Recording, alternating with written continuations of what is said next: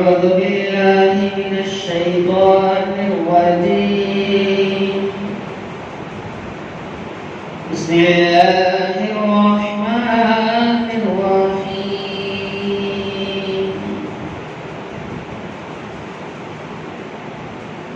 وهو الله الذي لا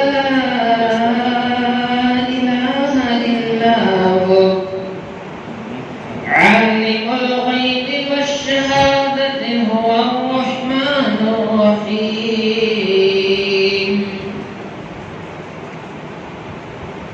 وهو الله الذي لا إله إلا هو الملك القدوس السلام المؤمن المهيمن العزيز الجبار المتكبر سبحان الله عما يشركون. هو الله الخالق البارئ المصور له الأسماء الحسنى يسبح له ما في السماوات والأرض وهو العزيز الحكيم. صدق الله العظيم. السلام عليكم ورحمة الله. السلام عليكم ورحمة الله وبركاته.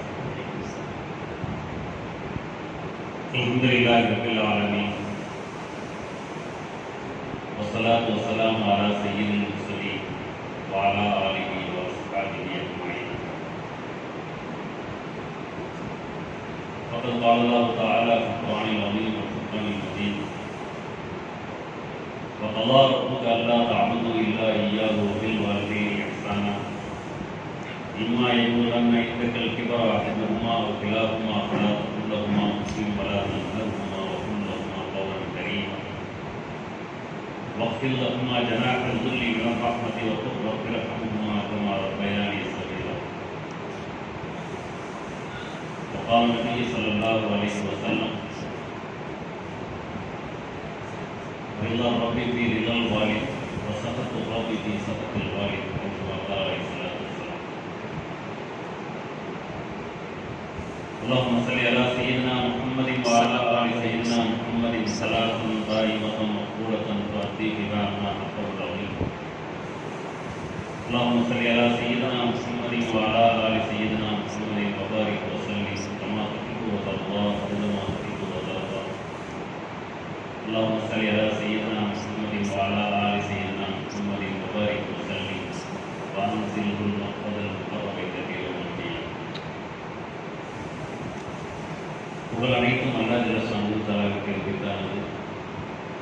நமது உயிரினும் மேலான ஹஜ்ரத் ரசூலுல்லாஹி ஸல்லல்லாஹு அலைஹி வஸல்லம் அவர்களையும் சஹாபாக்கள், தாபிஈன்கள், தபூ தாபிஈன்கள், உலக முஸ்லிம்கள், குறிப்பாக நம் அனைவரும் மீதும் அல்லாஹ் தஆலாவின் அன்பும் உண்டாவதாக.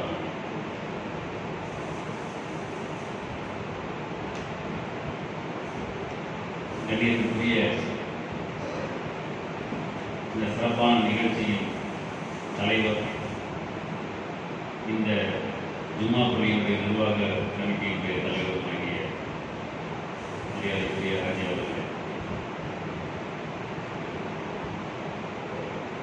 எனக்கு முன்னால் வரவேற்புரை அறிமுகத்தை நிகழ்த்திய KK நகர் வக்குஃபாரிய கல்லூரியினுடைய மஸ்ஜிதின் இமாம் கண்ணியத்துக்குரிய ஹஜ்ரத் அவர்களே, இந்த நிகழ்ச்சியை சிறப்பான முறையில் ஏற்பாடு செய்த இந்த மஸ்ஜிதுடைய மரியாதைக்குரிய இமாம் ஹஜ்ரத் அவர்கள், இந்த பள்ளியினுடைய நிர்வாகிகள் மற்றும் வருகை வந்திருக்கக்கூடிய பெரியவர்கள், சகோதரர்கள், வாசத்திற்குரிய மாணவ செல்வங்கள்,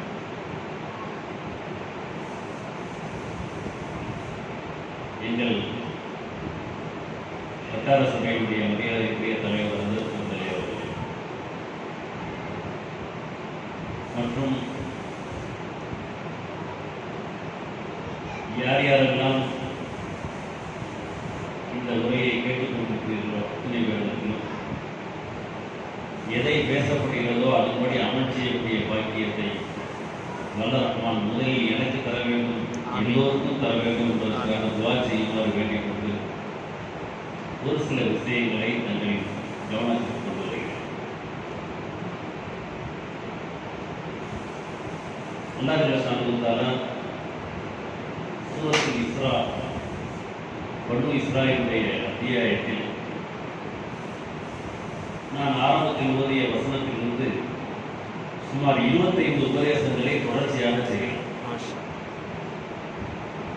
அந்த 25 உபதேசங்கள் மனித வாழ்க்கைக்கு தேவையான எல்லா விஷயங்களையும் உள்ளடக்கியவை.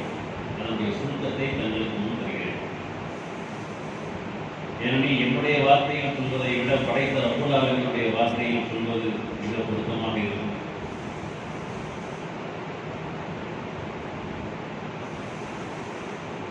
நான் பேசுறது புரியுதா உங்களுக்கு? நீங்க என்ன படிக்கிறீங்க சொல்லுவோம். ஒருத்தர் எந்திரிச்சு பேர சொல்லி வச்சுட்டாரு.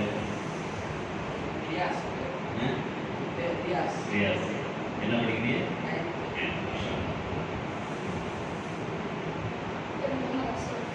அஷ்ரஃப்.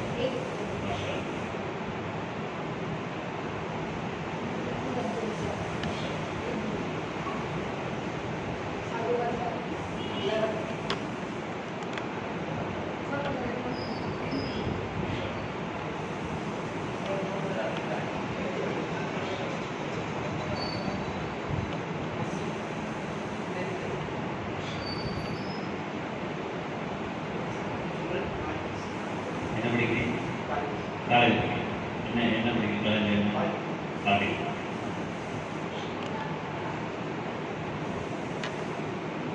நீங்க மாஷா அல்லாஹ். காலேஜ் படிச்சிருக்கீங்களா? வியாபாரம்.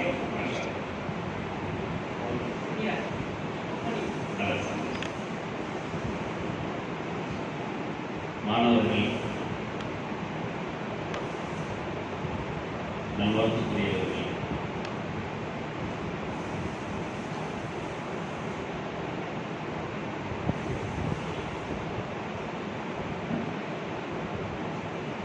பொதுவாக மார்க்க விஷயங்களை தெரிஞ்சுக்கிறதுல முதலாவது வர்றவங்களுக்கு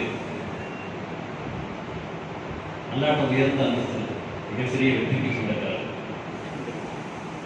எதுலேயும் போட்டி போட்டு முதலாவது வருவாங்க, மிகப்பெரிய வெற்றிக்கு சொந்தக்காரர். அதனால அல்லாட்ட உங்களுக்கு ரொம்ப பெரிய பரிசு இருக்கு. 8 பேருக்கு அல்லாட்ட ரொம்ப பெரிய பரிசு இருக்கு. என்னுடைய புறத்திலிருந்து ஒரு சின்ன பரிசு தான் கொடுத்தாரு 8 பேருக்கு. காரணம், ثم أورثنا الكتاب الذي اصطفينا من عبادنا فمنهم ظالم لنفسه ومنهم مقتصد ومنهم سابق بالخيرات بإذن الله ذلك هو الفضل الكبير. அல்லாஹ் சுப்ஹானஹு வ தஆலா சொல்லி காட்டுகிறான், நம்முடைய அடியார்களில் நாம் யாரை தேர்ந்தெடுத்தோமோ அவர்களைத்தான் இந்த வேதத்தின் சொந்தக்காரர்களாக ஆக்கினார். அதற்கு ரசூலுல்லாஹி ஸல்லல்லாஹு அலைஹி உம்மத்தினர் அல் குர்ஆன் ஷரீஃபுடைய இந்த வேதத்தின் சொந்தக்காரர்களாக நாம் யாரை தேர்வு செய்தோமோ அவர்களைத்தான் ஆக்கியிருக்கிறோம். இந்த தேர்வு செய்யப்பட்டவர்களில் வமின்ஹும் ஸாலிமுன் நஃப்ஸிஹி, தங்களுக்கு தாங்களே அநியாயம் செய்தவர்களும் இருக்கிறார்கள். வமின்ஹும் முக்தஸித், சிலர் நடுநிலையோடு நடந்து கொண்டவர்கள் இருக்கிறார்கள். வமின்ஹும் சாபிகுன் பில் கைராத்தி பிஇذنில்லாஹ், இன்னும் சிலர் அல்லாஹ்வுடைய நாட்டத்தின் அடிப்படையில் நன்மையான காரியங்களில் போட்டி போட்டுக் கொண்டு முந்தியவர்கள். இவர்கள் ذلك هو الفضل الكبير, அளப்பெரும் அருளுக்கு சொந்தக்காரர்கள், அளப்பெரும் வெற்றிக்கு சொந்தக்காரர்கள். அப்ப அல்லாட்ட உங்களுக்கு உன்னதமான பரிசு இருக்குதா? உன்னதமான பரிசு இருக்குது.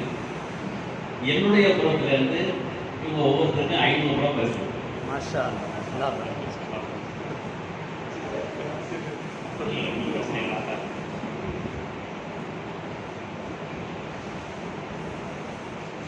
எங்களுடைய தலைவர் அவர்கள் இந்த பரிசை கொடுப்பார்.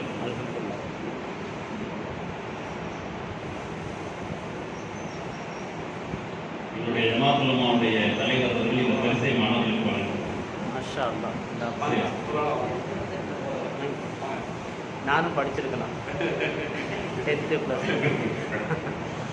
வாங்கிக்கோ ஒரு ஆளை போய்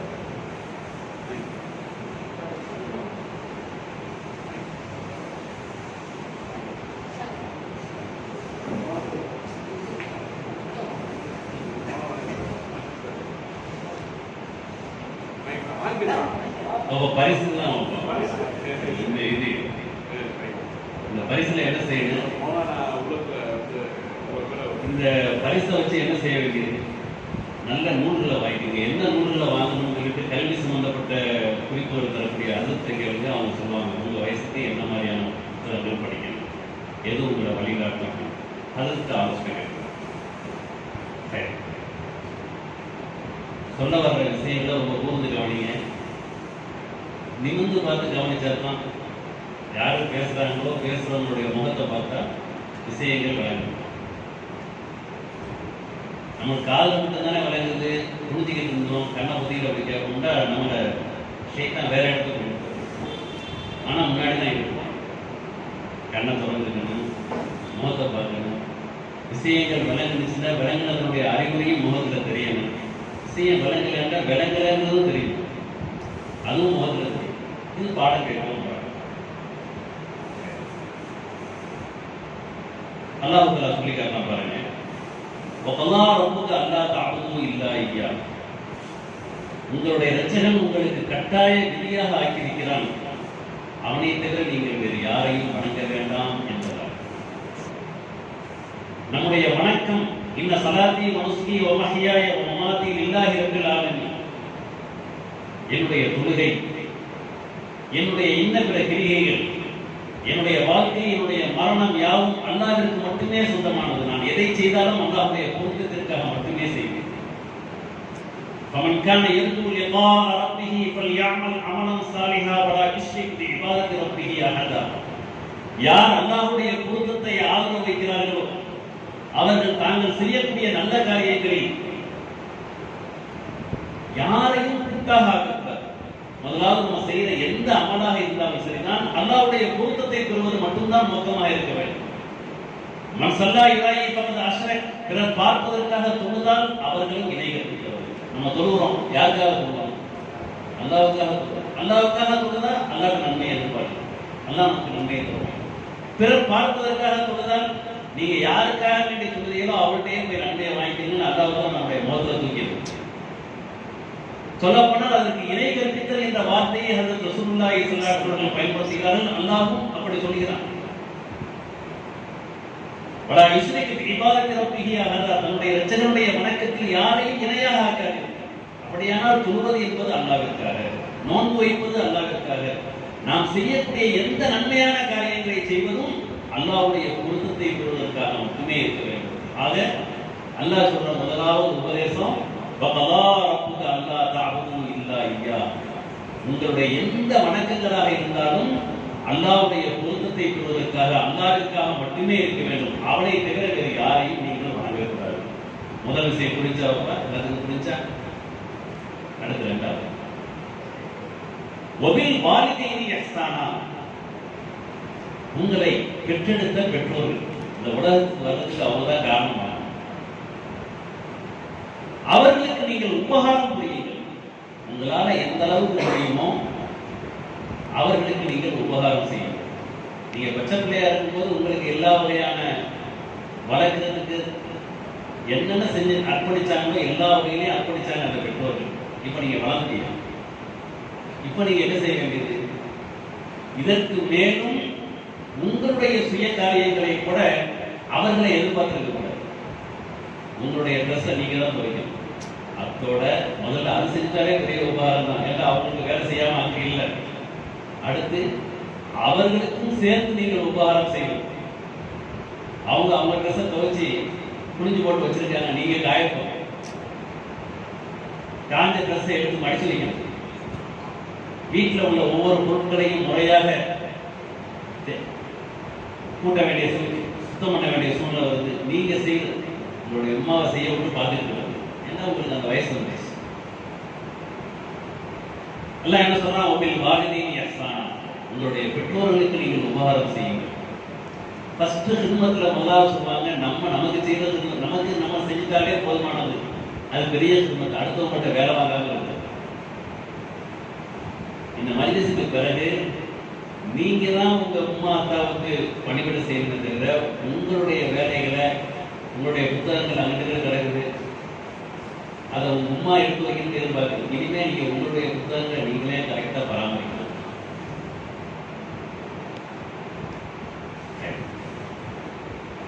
அல்லாஹ் அடுத்து சொல்றான், நீங்க பெரியாரா போயிட்டீங்க. இப்ப நீங்க இளம் வயசுல பெற்றோர்களை சார்ந்து இருக்கீங்க, நீங்க பெரியாரா போயிட்டீங்க. எப்படி நடக்கணும் அப்படிங்கிறத நீங்களும் தெரிஞ்சுக்கிறீங்க. குறைஞ்சபட்சம் மற்றவங்களுக்கு சொல்றதுக்கு இதை மனப்பாடம் பண்ணிக்கணும். என்ன அல்லாஹ் சொல்றான், இதை பெரியவங்களும் கேட்கணும். இம்மா எவ்வளவு இந்தக்கள் கிபரா அஹதுஹுமா அவ் கிலாஹுமா ஃபலா தகுல் லஹுமா உஃபி. உங்களிடத்தில் அவர்களில் ஒருவரோ அல்லது இருவரோ முதுமை பருவத்தை அடைந்து விட்டால் அவர்கள் மனம் நோகும்படியான சீச்சே தலையில் அடிச்சுக்கிறது, ஒரு மாதிரியான முகத்தை சுருக்குறது, இது எல்லாம் இது அடக்கும். இந்த எந்த காரியத்தையும் நீங்கள் செய்யணும். அவர்கள் மனம் புண்படும்படியான எந்த வார்த்தைகளையும் உங்களுடைய நாவால் பேசாதீர்கள், உங்களுடைய முகத்தால் அந்த காரியத்தை செய்ய. முக பாவனையில கூட மகிழ்ச்சியை உண்டாகும். மார்க்கம் அற்புதமான மார்க்கம். லா தஹ்கிரன்ன மினல் மஅரூஃபி ஷைஅன் வலவ் அன் தல்கா அஹாக பிவஜ்ஹின் தல்கி. எதையுமே நீங்கள் சாதாரணமாக கருதிக் கொள்ளாதீர்கள். உங்களுடைய சகோதரரை மலர்ந்த முகத்தோடு பார்ப்பதும் கூட தர்மம் என்றார்கள் ரசூலுல்லாஹி ஸல்லல்லாஹு அலைஹி வஸல்லம். அப்ப நம்ம தாய் தந்தையர்களை பார்க்கும்போது ஒரு மலர்ந்த முகத்தோட பார்த்தோம். ஹஜ் உம்ரா போறது ஒரு பக்கம் இருக்கட்டும், அந்த நமக்கு கிடைச்சு ஒரு மலர்ந்த முகத்தோட நம்முடைய பெற்றோர்களை பார்க்கிறோம். காபத்துல்லாவை எப்படி பார்த்துக்கிட்டு இருக்கிறதே ஒரு நன்மையோ, நம்முடைய பெற்றோர்களை ஒரு மகிழ்ச்சியான ஒரு மலர்ந்த முகத்தோட பார்த்துக்கிட்டு இருக்கிறது தர்மம். அதுவே நன்மை. உபகாரம் செய்வது ஒரு பக்கம் இருக்காது, ஒரு மலர்ந்த முகத்தோட அவங்க பார்க்கணும், அதுவும் நன்மை. அவன் மலர்ந்த முகத்தோட பார்க்கணும்னு சொல்லும் போது அவங்கள மனம் புண்படும்படியான வார்த்தைகளை பேசலாமா? எந்த சூழ்நிலையில்? பல தப்புண்டகுமா உஃபி உஃப் சி சே, எந்த வார்த்தையும் அவங்களுடைய. இப்போ இது யாரு 50 வயசு 60 வயசு பெற்றோர்கள் நினைக்காதீங்க. இப்போ அவங்க இந்த உங்களுக்கு பணிவிடை செய்யற நேரம் இது. எந்த நேரம் நல்ல முதுமை பருவத்தை அடைஞ்சாங்க, ஏற்கனவே அவ்வளவு துப்பரவா சுத்தமா இருந்தவங்க, கீழே ஒரு நஜிஸ் கலக்க பொருந்தாதவங்க, அவங்க வயசான நேரம். அந்த வயசான நேரத்துல அவங்களை எரியாம அவங்களுடைய எச்சி மேல வடிஞ்சிட்டு அவங்களையே பராமரிக்க முடியாத நிலை, படுத்து கிடக்காங்க. இந்த நேரத்துல பார்த்து முகம் சுளிக்கிற மாதிரி அவங்களுடைய மனம் நோக்கும்படியான, ஏன் எங்க வீட்டுல இந்த மாதிரிலாம் இருந்துக்கிறீங்க, இன்னும் கொஞ்சம் சுத்தமா இருந்துக்கலாமே, யாரு நம்மளை சுத்தப்படுத்தணுங்களா பார்த்து மனம் நோக்கும்படியான அருவருப்பான வார்த்தைகளை எந்த சூழ்நிலையும் பேசிட்டாரு. நல்லா காப்பாற்றணும். நம்முடைய பெற்றோர்களுக்கு நல்ல நிலையில சரிவு சுத்தத்தோட கூடிய நிலையை எப்போதும் தரக்கும். ஏதாவது ஒரு நிர்பந்தமான நிலை யாருக்காவது ஏற்படுமானால் அவர்களுக்கு உள்ள விஷயத்தை அல்லாஹ் சொல்லிட்டார். அடுத்து உபதேசம். வலா தன்ஹர்ஹுமா, உங்களுடைய பெற்றோர்களை எந்த சூழ்நிலையிலும் உங்களுடைய வீட்டை விட்டு விரட்டி விடாதீர்கள். உதாரணத்துக்கு வச்சுக்கிறேன், ஒருத்தருக்கு பெத்த பிள்ளைகள் 3 பேர். இப்ப என்ன, நம்மளுடைய வீட்டுல இருக்கிறார், நம்முடைய பெற்றோர்கள் நம்முடைய வீட்டுல இருக்காங்க, நம்முடைய சகோதரருடைய வீடு தூரத்துல இருக்குது. அவர் சொல்றாரு, உங்க வீட்டுல தானே அம்மா தான் இருக்காங்க, எங்க வீட்டுக்கு கொஞ்சம் அனுப்பி வைங்க என்று சொன்னார்களே. ஆனால் அண்ணன் கூப்பிடுறாரு, தம்பி கூப்பிடுறாரு, நீங்க அந்த வீட்டுக்கு கொஞ்சம் போங்கலன்னு நம்ம சொல்லலாமா என்றால் அப்படி கூட நம்ம சொல்லலாம். வடா தந்தா வீட்டை விட்டு வெளியே போங்க, அவங்க கூப்பிடுறாங்க போங்க, வீட்டை விட்டு போங்கிறது இன்னொரு இடத்துக்கு அவங்க கூப்பிட்ட நேரத்துல கூட நாம் வீட்டை விட்டு போங்கன்ற வார்த்தையை சொல்லக்கூடாது. என்ன சொல்ல வேண்டியது, அண்ணன் நீங்க அத்தாவை கூப்பிடுறதா இருந்தா நீங்க நேரடியா வந்து கூப்பிடுங்க, நான் ஏன் வாயால என் வீட்டை விட்டு நீங்க அங்க போங்கன்னு சொல்ல மாட்டேன். இதுதான் மார்க்கம் செய்யப்பட்டது.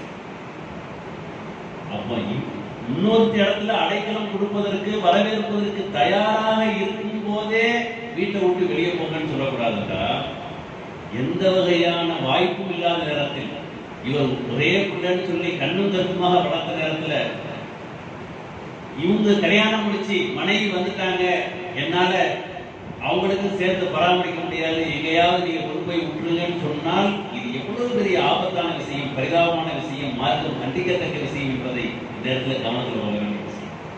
நல்லா எச்சரிக்கிறான், வலா தன்ஹர்ஹுமா, அவர்களை நீங்கள் விரட்டி விடாது. அடுத்து அல்லாஹ் சொல்றான், வகுல் லஹுமா கௌலன் கரீமா, அவர்களிடத்தில் நீங்கள் உரையாடும் போது கண்ணியமான வார்த்தைகளை பேசுங்கள்.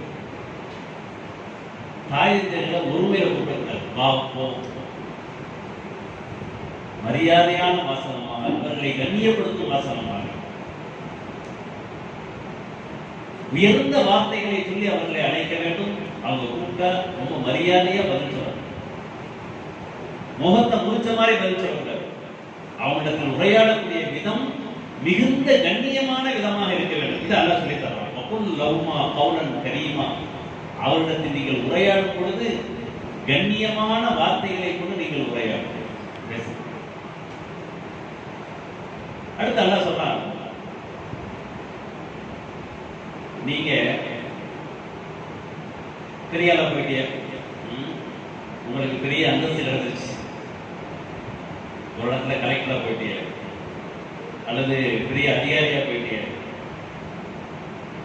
எங்க நீங்க கலெக்டரா இருந்தாலும் சரி அதிகாரியா இருந்தாலும் சரி, உங்க வீட்டுக்கு வந்தா உங்க அம்மா அத்தாக்கு நீங்க பிள்ளைகள் என்பதை மறந்துங்க. அது அல்லாஹ் எப்படி சொல்றான் பாருங்க, வஃபிர் லஹுமா ஜனாஹத்துல்லி மினர் ரஹ்மா, பணிவு என்னும் இறக்கையை அவர்களிடத்திலே நீங்கள் தாழ்த்தி கொள்ளுங்கள். அந்த பணிவை இறக்கையா சொல்றோம். அந்த ரெக்கை வந்து கேட்டா நீங்க உங்களுடைய அந்தஸ்து ரீதியில உயரம் பறக்கலாம், எப்படியோ போயிடலாம், நீங்க எந்த எல்லா வகையான உச்சகட்டத்தில் இருக்கலாம். ஆனா அவங்களுக்கு முன்னாடி வீழ்ச்சி காட்டக்கூடாது, உங்களுடைய பதவியை காட்டக்கூடாது, உங்களுடைய அந்தஸ்தை காட்டக்கூடாது. அது அப்படியே மடக்கி அவங்கள்ட்ட பணிவு என்ற இலக்கையை அவர்களுக்கு தாழ்த்தி கொள்ளுங்கள். அல்லாஹ் சொல்ற விதத்தை பாருங்க, ரொம்ப அற்புதமான ஒரு வார்த்தையை சொல்றாங்க, மினர் ரஹ்மா. அந்த பணிவு என்ற இலக்கையை அவர்களுக்கு தாழ்த்தி கொள்வது 4 பேர் பார்க்கிறாங்கிறதுக்காக மட்டும் இருக்கக்கூடாது, 4 பேருக்கு முன்னாடி மட்டும் அவங்கள்ட்ட பணிவா இருக்கிற மாதிரி நடிக்கிறது, இது இல்லை. பணிவு என்ற இலக்கையை தாழ்த்தி கொள்வது மினர் ரஹ்மா, உங்களுடைய உள்ளூர அன்பின் காரணமாக இருக்க வேண்டும். மனசுலேருந்து வரணும்னு சொல்லுவாங்க. என்னுடைய தாய், என்னுடைய தகப்பன், நான் இந்த தகப்பனுக்கு முன்னால் பணிந்து நடக்க வேண்டும், நான் என்னுடைய தகப்பனுடைய அன்பை பெற வேண்டும், என்னுடைய தாயினுடைய திருப்தியை பெற வேண்டும் என்பது உங்களுடைய உள்ளத்திலிருந்து பிறக்க வேண்டும், பேருக்காக பெருமைக்காக அல்ல. மன் அஸ்பஹ மர்லியன் அபவைஹி அஸ்பஹ லஹு பாபானி மஃப்துஹானி இலல் ஜன்னah வயின் வாஹிதன் வவாஹிதுன் வயின் லலமா. யார் தாய் தந்தை இருவருடைய சந்தோஷத்திற்கு ஆளானவாறு தன்னுடைய காலை பொழுதை துவக்குவார்களோ சொர்க்கத்தின் 2 வாசல்கள் அவரை நோக்கி திறந்து வைக்கப்படுகிறது. ஒருத்தருடைய திருப்திக்கு ஆளானா 1 வாசல். இதை சொல்லிவிட்டு ரசூல் ஸல்லல்லாஹு சொல்றாங்க, வயில்லாமா, அவர்கள் இருவரும் அநியாயம் செய்தாலும் சரிதான், உங்களுடைய வேலை அவங்கள சந்தோஷம், அவங்களுக்கு நீங்க மரியாதை கொடுக்கணும். யாராவது ஒரு பிள்ளை மேலதான் அன்பு வச்சிருக்காங்க, நம்மளை தான் கவனிக்கவே மாட்டேங்கிறாங்க, இதை நீங்க பார்க்க தேவையில்லை, அது அவங்களாச்சு அல்லாஹ் வச்சு, அவங்க அல்லாஹ்ட்ட பதில் சொல்லிக்க மாட்டாங்க. நீங்க என்ன செய்யுங்க, நம்மளை படைச்ச அல்லாஹ் என்ன சொல்றாங்க, அவங்களுடைய சந்தோஷத்திற்கு ஆளாகுவதுதான் உங்களுடைய பொறுப்பு. அவர்கள் இருவரும் அநியாயம் செய்தாலும் சரிதான் என்பதை 3 விடத்தம் சொன்னார்கள், வயில்லாமா. இதற்கு மாற்றமாக ஒமன் அஸ்பஹ முஸ்ஹதன் லிஅபவைஹி அஸ்பஹ லஹு பாபானி மஃப்துஹானி இலன்னார், யார் தாய் தந்தை இருவருடைய அதிருப்திக்கு ஆளானவாறு தன்னுடைய காலை பொழுதை துவக்குவார்களோ நரகத்தின் 2 வாசல்கள் அவர்களை நோக்கி திறந்து வைக்கப்படுகிறது. ஒருவருடைய அதிருப்திக்கு ஆளானால் 1 வாசல். நான் அம்மாவை மட்டும் சந்தோஷப்படுத்திக்கிறேன், அத்தாவை கொஞ்சம் நான் கண்டுக்காம விட்டுருவேன் இல்லை. ஒருத்தருடைய அதிருப்திக்கு ஆளானால் நரகத்தின் ஒரு வாசல். இருவருடைய அதிருப்திக்கானால் நரகத்தின் இரு வாசல். இதையும் சொல்லிவிட்டு ரசூலுல்லாஹி ஸல்லல்லாஹு அலைஹி வஸல்லம் சொன்னார்கள், வயின் வலமா வயின் வலமா வயின் வலமா, அவர்கள் இருவரும் அநியாயம் செய்தார்கள் சரிதான், அநியாயம் செய்தார்கள் சரிதான், அநியாயம் செய்தார்கள். ரொம்ப கவனம். ஒரு இடத்துல சொன்னாங்க ரசூல் ஸல்லல்லாஹு அலைஹி வஸல்லம், லா தசுப்பு வாலிதைக்க அப்படின்னாங்க, உங்களுடைய பெற்றோர்களை திட்டாதீர்கள். விளக்குதானே சொல்றது? உங்களுடைய பெற்றோர்களை திட்டாதீர்கள். ஆனா சஹாபாக்களுக்கு வழங்கலை, உங்க எல்லாத்தையும் வழங்கிடுச்சு. பெற்றோர்களை திட்டாதீர்கள் சொன்ன உடனே உங்க எல்லாத்தையும் வழங்கிடுச்சு நான் சொன்ன விஷயம். ஆனா சஹாபாக்களுக்கு வழங்கலை. கேட்டாங்க, யார் சொல்லலாம் யசுப்பு அஹதும் வாலிதை, ஒருவர் தன்னுடைய பெற்றோரையுமா திட்டுவா, இது எங்களும் சாத்தியம் அப்படின்னு திரும்பி கேட்டாங்க. இப்ப யாராவது கேட்க இப்படி உடனே விளைக்கிறது நமக்கு. ஆனா சஹாபாக்களுக்கு விளங்கவே இல்லை. கேட்டாங்க, யார் சொல்லலாம் யசுப்பு அஹதும் வாலிதை, ஒரு மனிதர் தன்னுடைய பெற்றோரையுமா திட்டுவார், இது எங்களும் சாத்தியம். ரசூலுல்லாஹி சொல்றாங்க, நீங்க நேரடியா பெற்றோர்களை திட்ட மாட்டீங்க சரிதான், ஆனா நீங்க கோபத்துல அடுத்தவருடைய பெற்றோரை திட்டினால் அவங்க திருப்பிக்கிட்டு உங்களுடைய பெற்றோரை திட்ட ஆரம்பிச்சிடுவார்கள். ஆக உங்களுடைய பெற்றோர் திட்டப்படுவதற்கு நீங்கள் காரணமாக கூட ஆகிவிடாது. அப்ப நம்மளுடைய பெற்றோர் திட்டப்படுவதற்கு காரணமாக கூட ஆகக்கூடாது என்றால் நாம் நேரடியா திட்டது எவ்வளவு பெரிய பாவம். ஹதீஸுக்கு பல விளக்கங்கள் இருக்கு.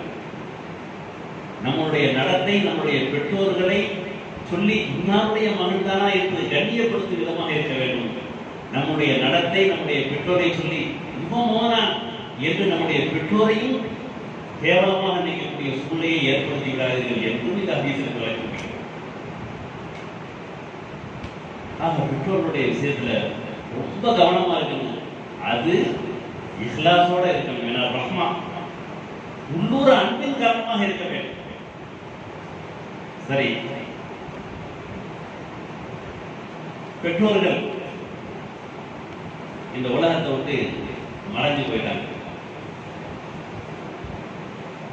அப்ப என்ன செய்யறது? அவங்களுக்காக வேண்டி துவா செய்யணும், அவங்களுக்காக வேண்டி இஸ்திக்ஃபார் செய்யறது. அவங்க மூலமா நமக்கு எது உறவாக அமைந்ததோ அந்த உறவினர்களிடத்துல சகோதரர்களிடத்துல அன்பா பாசத்தோட இருக்கிறது.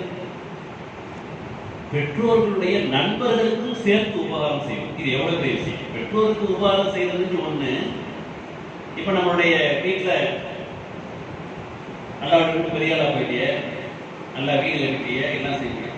அப்போ என்ன செய்யறாங்க, வாங்க என் மகன் வீடு கட்டியிருக்காங்க என்று அவங்களுடைய பாலிய சிநேகிதர்கள் நண்பர்களை கூட்டிட்டு வர்றாங்க. அந்த என் மகன் வீடு பாசத்தோட வீட்டுக்கு வரும்போது, ஏன் இந்த கிழடுகளை கூட்டிட்டு வருவீங்க என்று சொல்லக்கூடிய நபர்கள் இருப்பார்களே, ஆனால் அவர்கள் மிகுந்த பரிதாபத்திற்குரியவர். மார்க்கம் என்ன சொல்லி தருகிறது? ஒரு சஹாபி ஹஜ்ரத் உமர் ரலியல்லாஹு தஆலா மிகப்பெரிய சஹாபி, அவர்களுடைய மகனார் அப்துல்லாஹ் இப்னு உமர் ரலியல்லாஹு தஆலா. கேள்விப்பட்டிருக்கீங்களா? உமர் ரலியல்லாஹுடைய மகனார் பேரு அப்துல்லா, சேர்த்து சொல்லும்போது அப்துல்லாஹ் இப்னு உமர் ரலியல்லாஹு. இவங்க எவ்வளவு பேணுதலானவங்க. ரசூல் ஸல்லல்லாஹு அலைஹி வஸல்லம் செய்த சின்னஞ்சிறிய செயலையும் விட்டு விடாதவர்கள். புகாரில நீண்ட ஹதீஸ் வரும், அது பார்த்தா இவங்களுடைய ஹதீஸ்ல வரும், இவங்களுடைய செயலுடைய ஹதீஸ். ரசூல் ஸல்லல்லாஹு அலைஹி வஸல்லம் மதீனாவுல இருந்து மக்காவுக்கு போகும்போது இவங்க கூட போனாங்க. எந்தெந்த இடத்துல எல்லாம் போகும்போது தங்களுடைய சுய தேவையை நிறைவேற்றிவிட்டு தொழுதார்களோ அந்த இடத்தில் இவங்களுக்கு சுய தேவைக்கான சிறுநீர் கழிப்பதற்கான தேவை வராவிட்டாலும் கூட அந்த இடத்துல போய் சிறுநீர் கழிப்பது மாதிரி பாவனை செய்துவிட்டு பிறகு ஒரு செஞ்சு சொல்லுவோம். ரசூல் ஸல்லல்லாஹு அலைஹி வஸல்லம் சுன்னத்தை மிக கவனமாக பின்பற்றியவர்கள் வேற என்ன சொன்ன, அப்துல்லாஹ் இப்னு உமர், உமர் ரலியல்லாஹு மகனார் அப்துல்லா. அவங்க மதீனாவுல மக்காவுக்கு போறாங்க. போகும்போது கூட தன்னுடைய நண்பரை கூட்டிட்டு போறாங்க.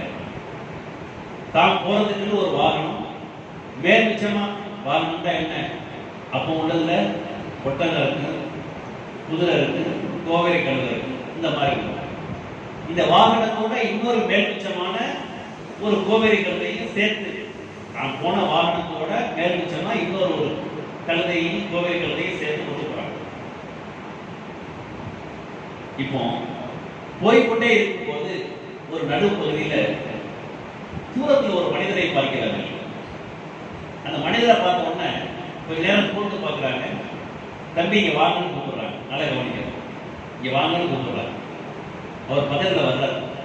வந்த உடனே அலஸ்த புலான் நீ இன்னாருடைய மகன் தானே என்று கேட்கிறார்.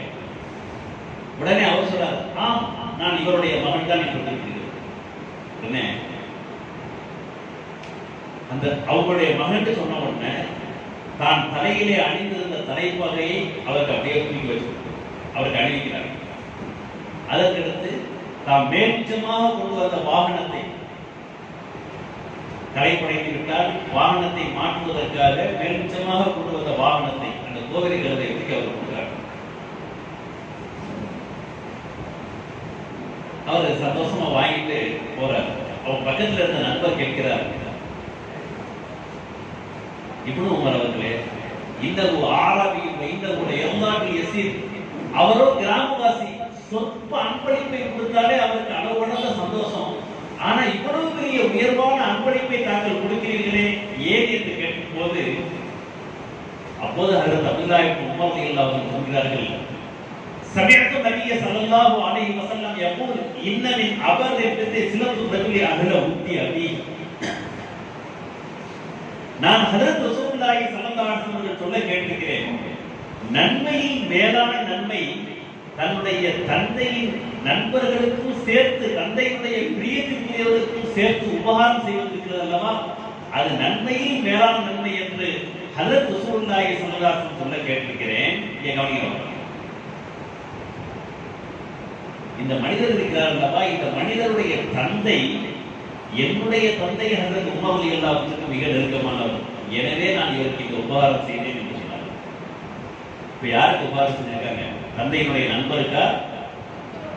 தந்தையுடைய நண்பருடைய மகனுக்கு. தந்தையுடைய நண்பருடைய மகனுக்கு கூட உபகாரம் செய்ய வேண்டும், அவர்களிடத்திலும் அன்போடும் பாசத்தோடும் இருக்க வேண்டும் என்று சொல்லி தந்த மார்க்கான ஒரு தீர்வு இஸ்லாத்தினுடைய மார்க்கம். எப்படிப்பட்ட உன்னதமான மார்க்கம்! ஆக வஃபில் லஹுமா ஜனாஹதுல்லி மினர் ரஹ்மா, பெற்றோர்களுக்கு நீங்கள் பணிவு என்னும் இறக்கையை தாழ்த்திக் கொள்ளுங்கள். அடுத்து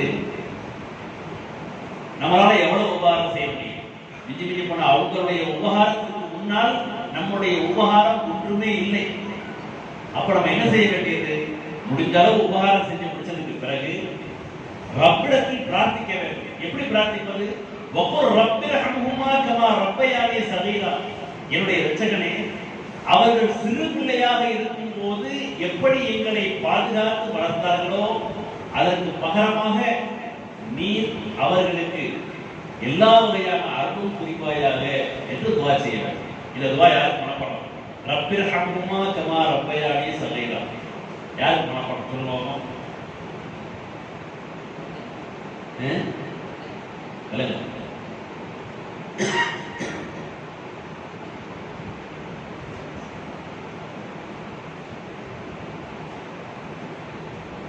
ரப்பிர்ஹம்ஹுமா சொல்லுங்க.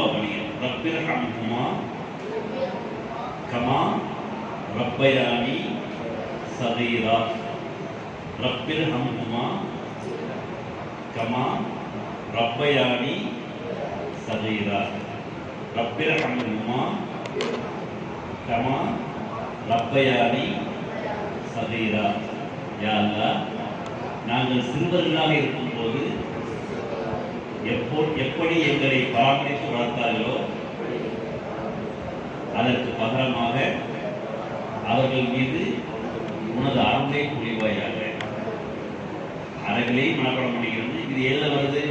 குர்ஆன்ல 17வது அத்தியாயம் பனு இஸ்ராயேலுடைய சூராவில் 24வது வசனத்தில் வரும். இதை எழுதி ஹஜ்ரத் எழுதி வாங்கிக்கிறீங்க. இமாம் சார் எழுதி வாங்கி இதை மனப்பாடம் பண்ணிடுங்க. சரியா?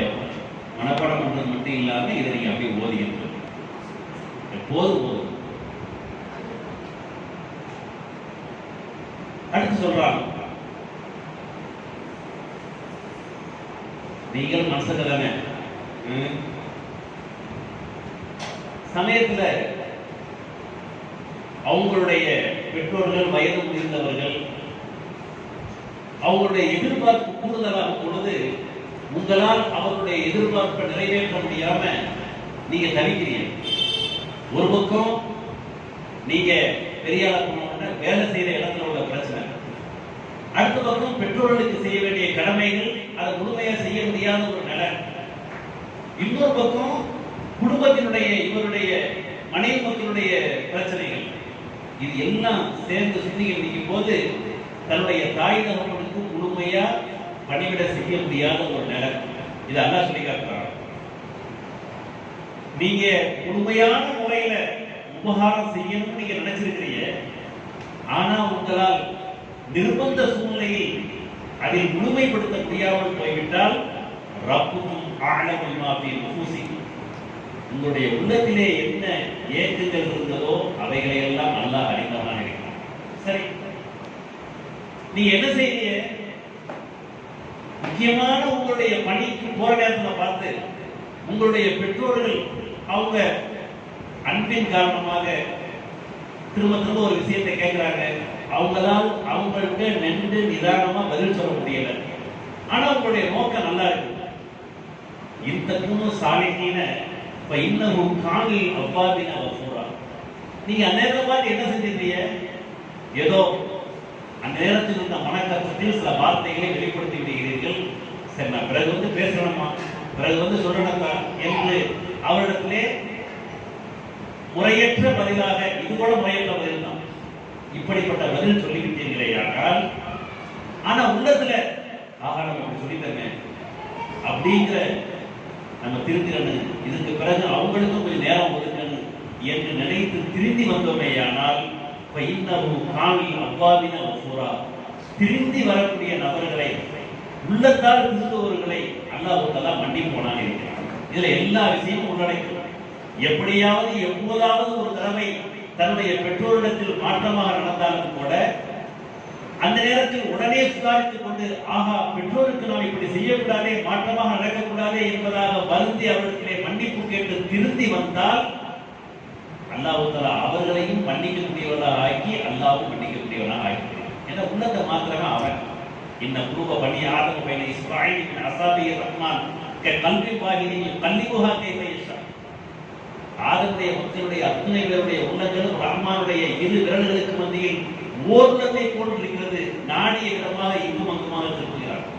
உங்களுடைய மனசுல பெற்றோருக்கு நல்ல விதமா நடக்கணும், நம்ம பேசுனது தப்புதான், நம்ம சடைந்து கொண்டது தப்புதான், நம்ம திருந்தி இப்ப என்ன செய்யணும், மன்னிச்சுக்கிறோமா, நான் அவசரமா போக வேண்டியதா இருந்துச்சு, இந்த நேரத்தில் இப்படி பேசிவிட்டேன், ஏன் நாம் திருந்தி அவர்களிடத்திலே மன்னிப்பு கேட்டோமே ஆனால் அல்லாஹ்வும் மன்னிக்கிறான், அவர்களையும் மன்னிக்க வைக்கிறான்.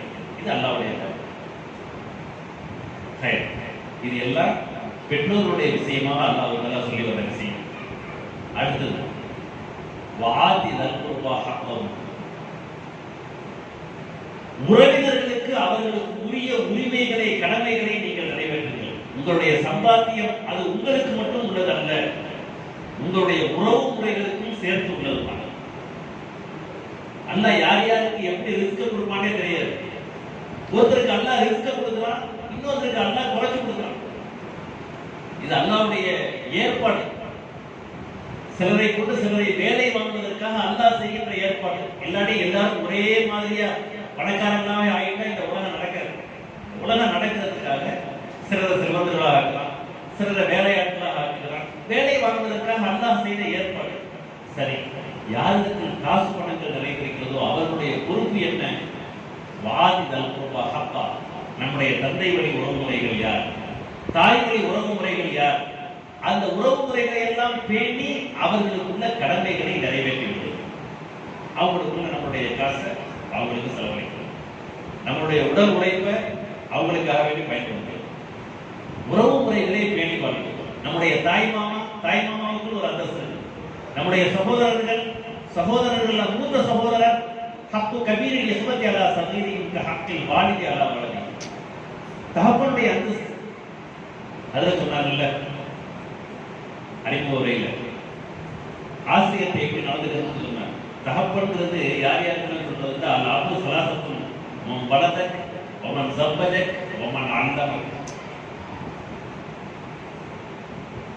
நம்மளை பெற்றெடுத்தவங்களும் பெற்றோர் தான், அவங்களும் தகப்பன் தான். அதே மாதிரி நம்ம பெரியாளா போன உடனே நமக்கு திருமணம் முடித்து தருகின்ற மாமனாரும் அவருக்கும் தகப்பனுடைய ஸ்தானம், அவருக்கும் தகப்பனார் மாதிரி மரியாதை செய்யும். ஏதோ பெண்ணை கொடுத்தாங்கிறதுக்காக அவங்கள்ட்ட வேலை வாங்குறது அது மிக பரிதாபத்திற்குரிய விஷயம். ஏதோ நமக்கு வேலை செய்யறதுக்காக உள்ளவங்க இல்லை, அவங்களுக்கு தகப்பனுடைய ஸ்தானம்.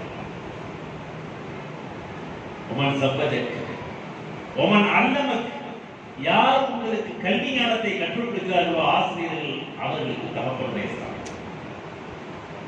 ஒரு தகப்பனுக்கு முன்னாடி அவருடைய சப்தத்தை விட நம்முடைய சப்தம் எப்படி உயரக்கூடாதோ அதே போல் ஒரு ஆசிரியருக்கு முன்னால் அவருடைய சப்தத்தை விட நம்முடைய சப்தம் உயரக்கூடாது.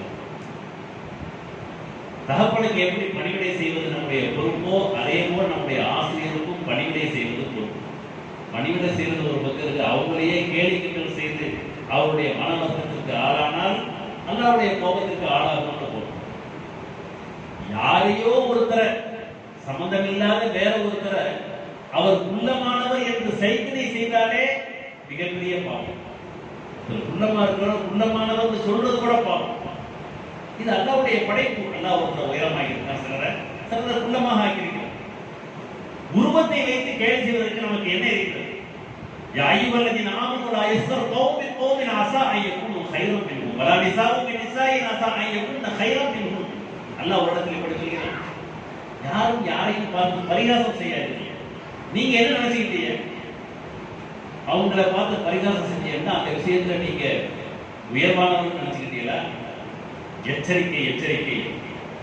அவர்களுக்கு எந்த நிலையை அல்லாஹ் கொடுத்தானோ அந்த நிலையிலிருந்து அவங்களுக்கு நல்ல நிலையை கொடுத்து உங்களே அந்த நிலைக்கு ஆளாக்கிவிடவும் கூடும். இது அல்லாஹ் சொல்ற எச்சரிக்கை. உங்களை விட அவர்கள் சிறந்தவர்களாக ஆகக்கூடும் கையாளாக சொல்ற. யார் சொல்றது? எல்லா விதமாகவும் மாற்றுவதற்கு குளிர்தாகவும் மாணிக்கங்களுக்கு தூத்தி முழுக்க மந்தஷா நந்தியும் கை மந்தஷா பழித்து மந்தஷா வகுதில் மந்தஷா எதிர்கள் கை என்ன கலாக்குள்ளி செய்யும் கதீர். அல்லாஹ் அவர்களுக்கு இப்படி சொல்கிறான், யா அல்லாஹ் நபியை நீங்கள் சொல்லுங்கள், மக்களுடைய உள்ளத்தில் ஆழமாக பதியும் வரை சொல்லுங்கள். அரசனுக்கெல்லாம் பேரரசனை நாடியோருக்கு அரசாட்சியை வழங்குகிறாய், நீ நாடியோரிடமிருந்து அரசாட்சியை பறித்துக் கொள்கிறாய், நீ நாடியோரை கண்ணியத்தின் உச்சஸ்தானத்திலே வைத்து அழகு பார்க்கிறாய், நீ நாடியோரை கேவலத்துக்கும் கேவலமாக ஆளாக்குகிறாய். எல்லாம் உன் கைவசம் இருக்கிறது. அப்படிப்பட்ட அல்லாஹ் சொல்கிறான், நீங்கள் யாரை பார்த்து பரிகாசம் செய்கிறீர்களோ அவர்கள் உங்களை விட சிறந்தவர்களாக ஆகக்கூடும் என்றால் சிறந்தவராக ஆக்கி விடுவேன் என்று அல்லாஹ் சொல்கிறான். அப்படியா பாத்தீங்களா? கேள்வி செஞ்சிய பாருங்க, எந்த நிலையில நீங்க கிண்டல் பண்ணீங்களோ அவர் உங்களை விட சிறந்தவர் ஆயிடுவார். இப்போ உங்களை பார்த்து மற்றவங்க பரிகாசம் பண்ற மாதிரி ஆயிடும். யாரையும் பார்த்து கேலி கிண்டல் செய்யக்கூடாது. சரி, மற்றவங்களை பார்த்தே கேலி கிண்டல் செய்யக்கூடாதுல்ல, நம்முடைய ஆசிரியர்களை பார்த்து கேலி கிண்டல் செய்வது ஆசிரியர்களுக்கு ஒரு பேர் வைக்கிறது. நம்மளா ஒவ்வொரு ஆசிரியருக்கு அடையாளம் கொடுக்கறதுக்காக பேர் வைக்கிறது. எவ்வளவு பெரிய வருத்தத்திற்குரிய விஷயம். ஆக பெற்றோருடைய ஸ்தானம் அந்தஸ்து யாருக்கும் சேர்த்து கொடுக்கப்பட வேண்டும் என்றால் யாருக்கும் சேர்த்து? ஆசிரியர்களுக்கும் பெற்றோருடைய ஸ்தானம், அவங்களுக்கும் மரியாதை, அவங்களுக்கும் துவா செய்யணும். நமக்கு அழகா துவாவை கற்றுக் கொடுக்கப்பட்டிருக்கிறது. அத்தையா தோதி செலவா துவதற்கு பிறகு நம்முடைய பெற்றோர்களுக்கு எப்படி துவா செய்யணுமோ ஆசிரியர்களுக்கும் சேர்த்து துவா செய்யணும்.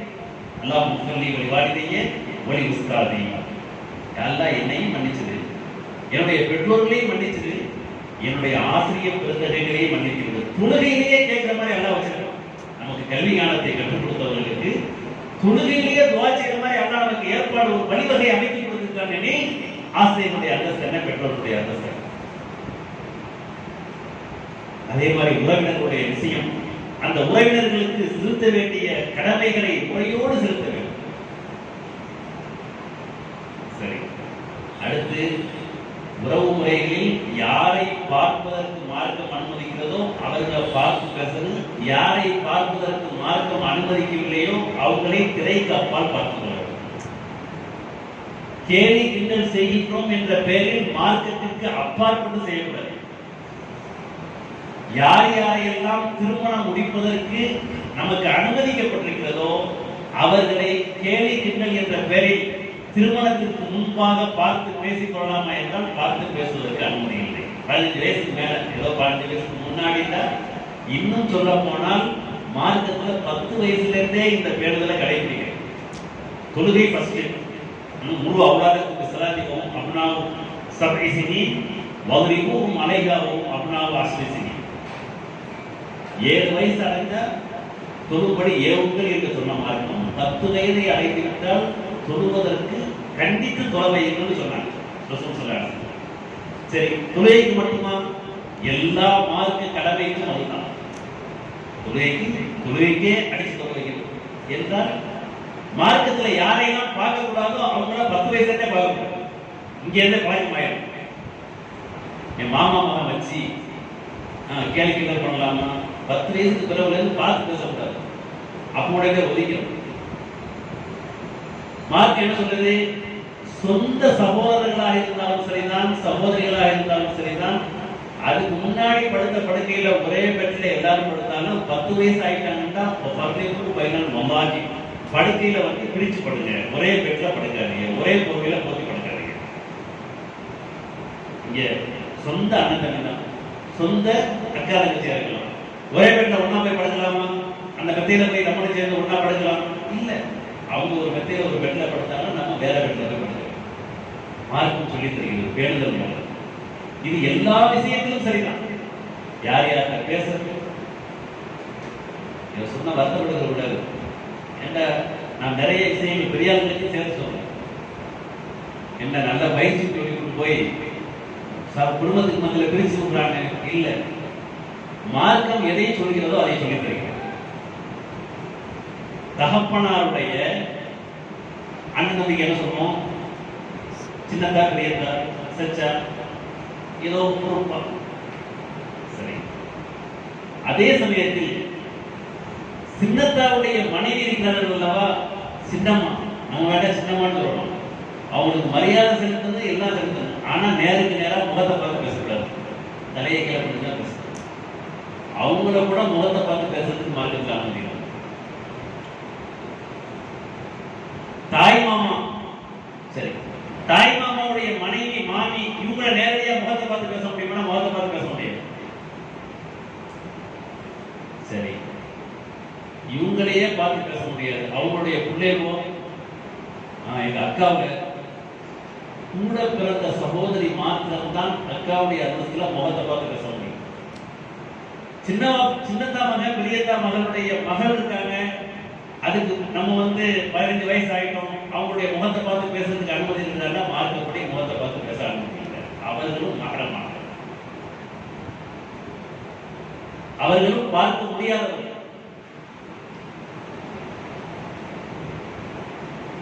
யாரெல்லாம் பார்க்க முடியும் என்றால் தன்னுடைய தாயுடன் கூட பிறந்த அக்கா தங்கச்சி, சின்னம்மா பெரியம்மா, இவங்களை தான் பார்க்க முடியும். இந்த பெரியம்மா சின்னம்மாவுக்கு பேரை நம்ம யாருக்கு சேர்த்து கொடுக்கணும்னா சின்னத்தா பெரியத்தாவுடைய மனைவிக்கு சேர்த்து கொடுக்கணும். ஆனா அவங்க சின்னம்மா பெரியம்மாவுடைய அந்தஸ்துல பார்க்க முடியும் என்ற அந்தஸ்தில் வர மாட்டாங்க. சொந்த சின்னம்மா பெரியம்மா தான் பார்க்க முடியாத அந்தஸ்தில் வருவாங்க. சரி, தகப்பன் கூட பிறந்த அக்கா தங்கச்சி இவங்களை பார்க்க முடியும். இவங்களுக்கு மாமின்னு தான் சொல்லுவோம். அதே மாதிரி தாய் மாமா மனைவிக்கு மாமின்னு தான் சொல்லுவோம். ஆனா தாய் மாமா மனைவி மாமி பார்க்கக்கூடிய நிலை உள்ளவர்கள் அல்ல. யாரெல்லாம் பார்க்க முடியும்? தகப்பன் உடன் பிறந்த சகோதரிகள், அவர்கள் மாத்திரம்தான் பார்க்க முடிந்தவர்கள். சட்டம் புரிதா அவங்களுக்கு? ஆக உறவு முறைகளில் உபகாரம் செய்வது என்பது வேறு, உறவு முறைகளில் சகஜமாக பழகுவது, அதே போல அவர்களுக்கு கேள்விகள் செய்வது என்பது வேறு. பார்க்கிறதுலயே இந்த பிரச்சனை அப்படின்னு சொன்னா, மச்சிட்ட பேர்ல, அக்காட்ட தங்கச்சிட்ட பேர்ல, சின்னத்தா மக்கள் பெரியத்தா மக்களுடைய பிள்ளைகளிடத்தில் விளையாடலாமா என்றால் 10 வயசுக்கு மேல விளையாடக்கூடாது. அவங்கள்ட்ட பிரிஞ்சிருக்கணும். அப்படிதான் ஆம்பளை பிள்ளைகளோட நல்லபடியா விளையாடுங்க. அந்த உறவை அரவணைத்து சொல்லுங்கள். பெண்களை பொறுத்தவரையில் குறிப்பிட்ட இடைவெளி என்பது மிக அவசியமானது.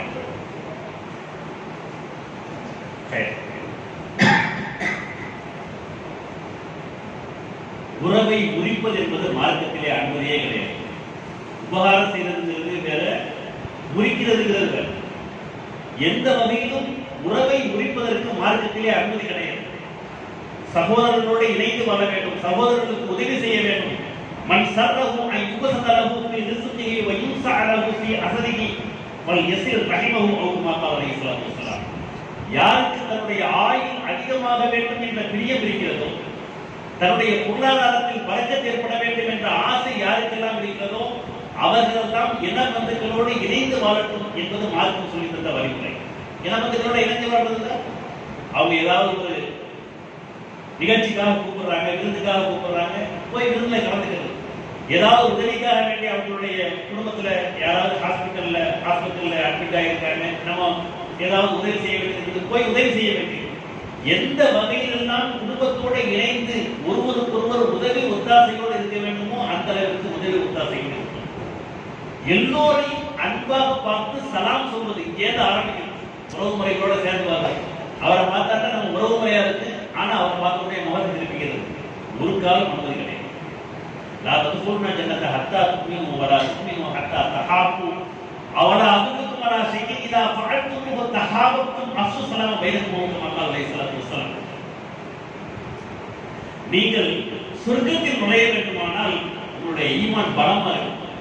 அடிக்கடி நம்மளுடைய ஈமானை புதுப்பிச்சுக்கிட்டே இருக்கு. நம்மளை படைச்சவன் அல்ல, நம்மளை பாதுகாக்கிறவன் அல்ல, நம்மளை மரணிக்க செய்வன் அல்ல, அவனுடைய தர்பாரில் தான் நாம் கொண்டு போய் நிறுத்தப்பட போகிறோம். அல்லாஹ் அவர்கள் இப்படி கேட்கிறான், கைஃப தக்ஃபுருன பில்லாஹ் வ குன்தும் அம்வாதன் ஃபஅஹ்யாக்கும் சும்ம யுமீத்துக்கும் சும்ம யுஹீக்கும் சும்ம இலைஹி துர்ஜஊன்.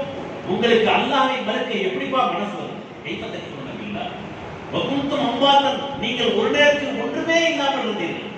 நம்ம ஏற்கனவே ஒரு 100 வருஷத்துக்கு முன்னாடி என்னவா நம்ம என்னவா இருந்தோம்? ஒரு 100 வருஷத்துக்கு முன்னாடி நம்ம எப்படி இருக்கோம்? ஒன்றுமே இல்லாமல் இருக்கோம். தாயுடைய கற்பனையில் வைத்து உங்களுக்கு உயிரை கொடுத்தான், உலகத்திலே நடமாட விட்டான். பிறகு ஒரு குறிப்பிட்ட நிலையில் நேரம் கொடுத்து மரணிக்க செய்து, பிறகு எல்லோரையும் ஒட்டுமொத்தமாக மரணிக்க செய்ததற்கு பிறகு உயிர் கொடுத்து எழுப்பி அவனுடைய தர்பாரில் கொண்டு வந்து நிறுத்தப்பட போயிருக்கிறீர்களே, வெயிலை கொடுத்தாவும் அப்படி இருக்க உங்களுக்கு எப்படி மறுக்க மனசு வந்து அல்லா கேட்கிறார். அல்லாஹ்வுடைய சமூகத்தில் போய் நம்ம நிற்க போறோம். எந்த சூழ்நிலையும் அவனுக்கு மாற்றமான விஷயங்களை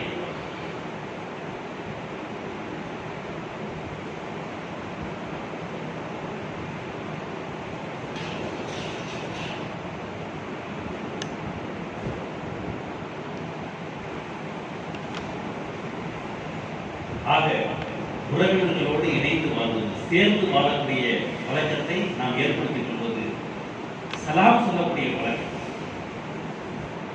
யார் நம்ம சலாத்தில் முந்திக் கொள்வார்களோ அல்வாதி சலாம் வரிவும் நிறுத்திவார். யார் சலாமில் முந்திக் கொள்கிறார்களோ அவர்கள் பெருமையை விட்டு நீங்கியவர்கள். அந்த ஹதீஸுடைய தொடர சொல்லியிருந்தாங்க,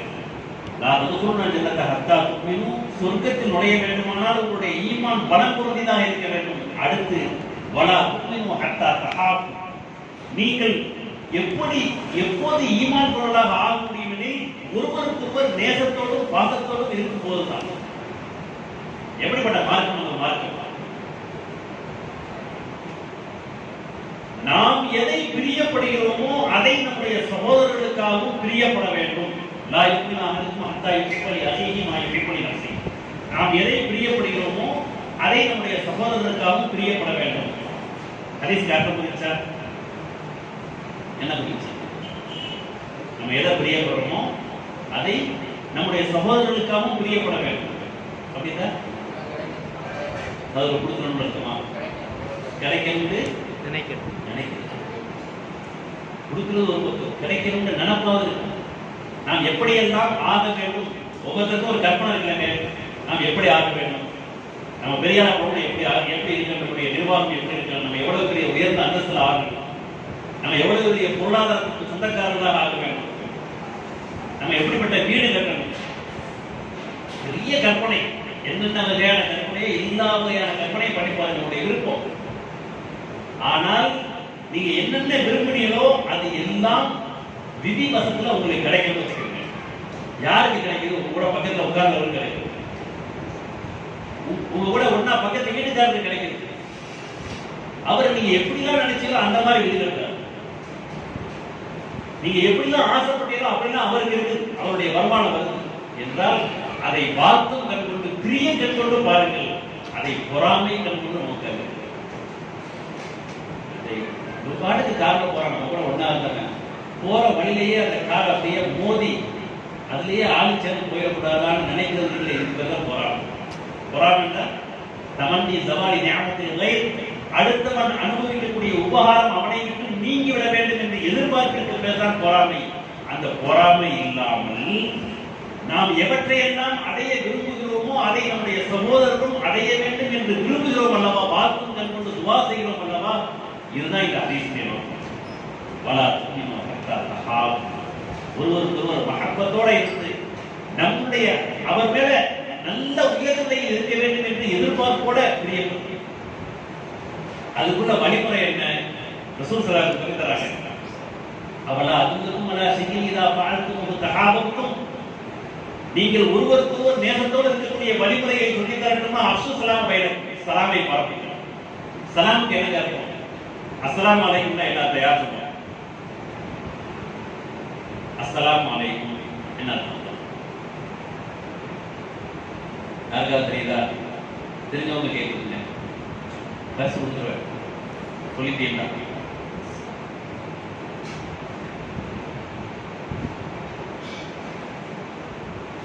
அஸ்ஸலாமு அலைக்கும், உங்கள் மீது எல்லா வகையான பாதுகாப்பும் உண்டாகட்டுமாக. எல்லா வகையான பாதுகாப்புனா முதல்ல என்னட்டேன்னு பாதுகாப்பு. நான் உங்களை பொறாமை கண்டு பார்க்க மாட்டேன். என்னுடைய பார்வை உங்கள் மீது தவறான பார்வையாக இருக்காது. என்னுடைய உள்ளம் உங்களை பற்றிய உயர்வான உள்ளமாக இருக்கும். உங்களை பற்றிய மாற்றமான எண்ணங்கள் இருக்காது. உங்களை பற்றி நான் யாரையும் எந்த புறம் பேச மாட்டேன், கோல் சொல்ல மாட்டேன். இது எல்லா முதலாவது என் புறத்திலிருந்து உள்ள பாதுகாப்பும் மற்றும் எல்லா வகையான பாதுகாப்பும் உங்கள் மீது உண்டாகட்டுமாக அர்த்தத்தை தெரிய சொல்ல வச்சுக்கலேன். அதான் அஸ்ஸலாமு அலைக்கும். உணர்வுபூர்வமாக சொல்ல வேண்டும் சலாம். அப்படி சொன்னா அந்த பிரியம் உண்டாயிரும். அவனா அதுக்கும் அலா ஷைஇதா ஃபஅல்தும் தஹாபத்தும் அஃஷு ஸலாம் பைனக்கும் அப்படின்னா ரசூல் ஸல்லல்லாஹு அலைஹி வஸல்லம் பிரியத்தை உண்டாக்குவதற்கான முறையை சொல்லித் தந்தது இந்த பொருளோட சொல்லுங்கன்னு சொல்றாங்க. இந்த பொருளை உணர்ந்து நீங்கள் சொல்லுங்க. யாரை பத்தி நீங்க என்ன செய்யாதீங்க. தப்பான அபிப்பிராயம் வச்சு வாயாலோட சலாம் சொல்றது, உடனே அவனை பற்றி அடுத்த ஆள்கிட்ட புறம் பேசுறது, நமக்கு மார்க்கத்தில் அனுமதியே இல்லை. எல்லோரை பற்றியும் நல்ல அபிப்பிராயம். யாரை பத்தி புறம் பேச, யாரையாவது பத்தி புறம் பேசணும்னா அவனை பத்தியே தப்பான அபிப்பிராயம் நம்முடைய உலகத்துல வந்து புறத்தை கேட்டாலும் கூட. எனவேதான் சொன்னார்கள் ரசூலுல்லாஹி ஸல்லல்லாஹு அலைஹி வஸல்லம், லா யுபல்லிகனி அஹது மின்கும் அன் அஸ்ஹாபி ஷையா ஃபஇன்னி உஹிப்பு அன் அஃரஜ இலைக்கும் வ அன சலீமு ஸத்ர். யாரை பற்றியும் தவறான அபிப்பிராயத்தை என்னுடைய உள்ளத்தில் என்னுடைய கவனத்திற்கு கொண்டு வராதீர்கள். நான் காரணம், நான் உங்களை நோக்கி வரும்போது எல்லோரை பற்றியும் உயர்வான அபிப்பிராயத்தோடு வர வேண்டும் என்று விரும்புகிறேன். நீங்க ஒருத்தரை பத்தியே புறம் பேசுனீங்கன்னா அவர் சொன்ன உடனே அவருடைய குறையை சேர்த்து யாபகம். எனவே யாரை பத்தியும் புறம் பேசக்கூடாது. அப்படியானால் இந்த சலாம் சொல்வதனுடைய நோக்கம் என்ன? நல்லபடியா எல்லா வகையான பாதுகாப்போட நிம்மதியா இருக்கின்ற மனப்பூர்வமான உள்ள வாழ்க்கை. சரி, சலாம் சொல்றது சுன்னத்து. ஒருத்தர் சலாம் சொல்றதுங்கிறது சுன்னத்து. சலாமுக்கு பதில் சொல்றது, சலாம் சொல்வது என்பது சுன்னத்து. சுன்னத்துனா செஞ்சா நன்மை, செய்யாட்டா குற்றம் வராது. செஞ்சா நன்மை, செய்யாட்டா குற்றம் வராது. சரி, சலாமுக்கு பதில் சொல்றது என்ன? வெரி மாஷா அல்லாஹ். யார் சொன்னது? வாஜிப். இமாம் மார்க்கெட்டினுடைய விஷயத்தை அவர் தெரிஞ்சிருக்காரு. ரொம்ப சிறப்பான ஒரு விஷயம். அப்படியா?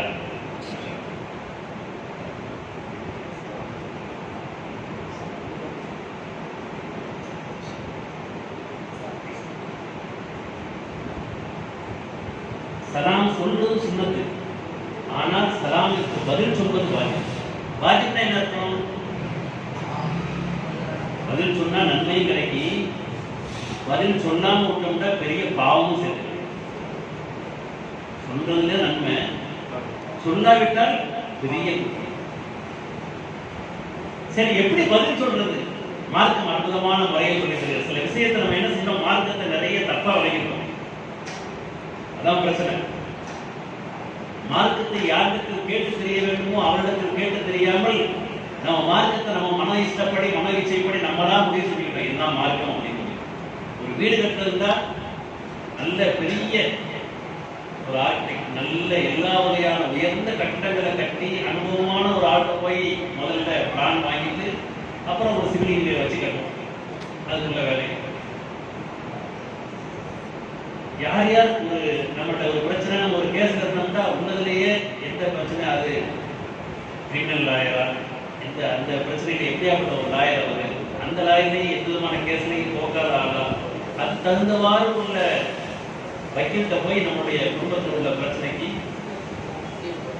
அதில் போய் நம்ம அவர்கிட்ட முறையிட்டு அவருடைய உதவியை நாடணும். ஆனால் மார்க்க விஷயம் வந்து நமக்கு ரொம்ப சர்வசாதாரணமாக போச்சு. நாமளே முடிவெடுக்கிறோம், அவன் மனசுல எது தோணுதோ அதான் முடியும். மார்க்க விஷயத்தை யாரிடம் கேட்க வேண்டும், யார் அதற்கு தகுதியானவர்களோ உரியவர்களுக்கோ அந்த ஆலிம்களிடத்தில் சென்று கேட்க வேண்டும். ஆலிம்களுடைய தொடர்பை நாம் ஏற்படுத்திக் கொள்ள வேண்டும்.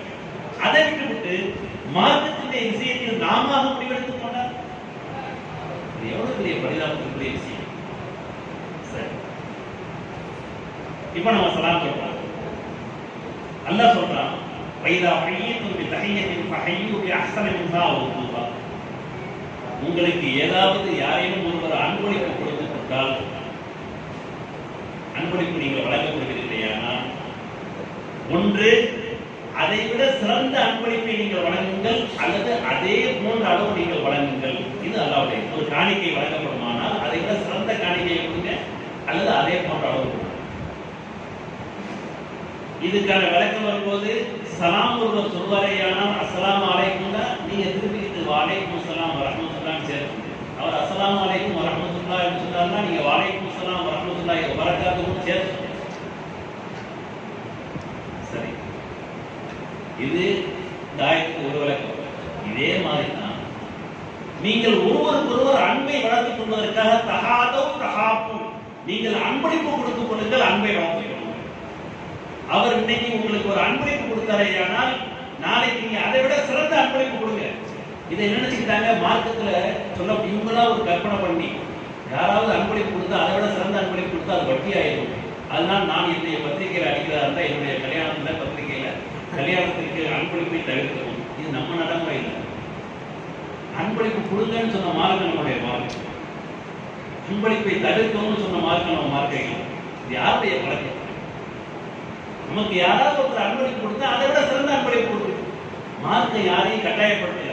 அவர் கொடுத்த மாதிரி நம்ம கொடுக்க முடியாமல் போனால் ஒன்றும் பிரச்சனையே இல்லையே, அல்லாஹ் கொடுக்க முடியுமா? முடியாமல் போனால் பிரச்சனை இல்லை. ஆனால் என்ன சட்டம் மார்க்கத்தில் ஒருத்தருக்கு ஒருத்தர் அன்பளிப்பு கொடுங்கள், அன்பை வளர்த்து. அதுக்கு பேர் வட்டியாக, வட்டின்னு இவங்க பேர் சொல்றதுக்கு பேர் தான் வட்டி. மார்க்கம் எதை வட்டின்னு சொல்லுதோ அதுக்கு பேர் தான் வட்டி. அன்பளிப்பு ஒருத்தர் கொடுத்தாங்கன்னா அதை விட சிறந்த அன்பளிப்பு கொடுப்பதற்கு பெயர் வட்டி அல்ல என்பதை இந்த நேரத்தில் உங்களுடைய கவனத்தில் கொண்டு வருகிறேன். அடுத்து அல்லாஹ் சொல்றான், நீங்க உபகாரம் பண்ணுங்க. வாத்தி தல்குர்பா ஹத்தஹு வல் மிஸ்கீன், ஏழைகளுக்கு தான் உபகாரம் பண்ணுங்க.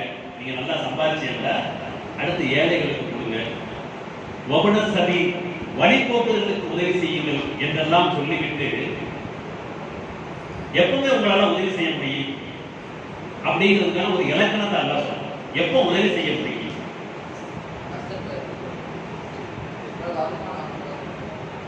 சொல்லுங்க. வருமானம் வரும்போது உதவி செய்ய முடியும். நம்ம வருமானம் நம்மளுடைய வீட்டு வரவுக்கே சரியா இருக்குன்னு வச்சுக்கோங்க, என்ன செய்வோம்?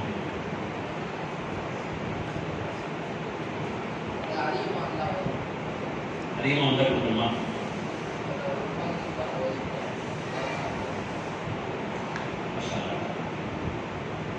நல்ல ஒரு விதிமுறையை சொல்றான். நீங்க உபகாரம் பண்ணுவதாக இருந்தால் பலா துபத்தில் தகுதியா, வீண் விரையும் செய்யாதீர்கள். யார் வீண் விரையும் செய்வார்களோ எவ்வளவுதான் நினைச்சாலும் அவங்க மற்றவங்க உபகாரம் செய்ய முடியாது.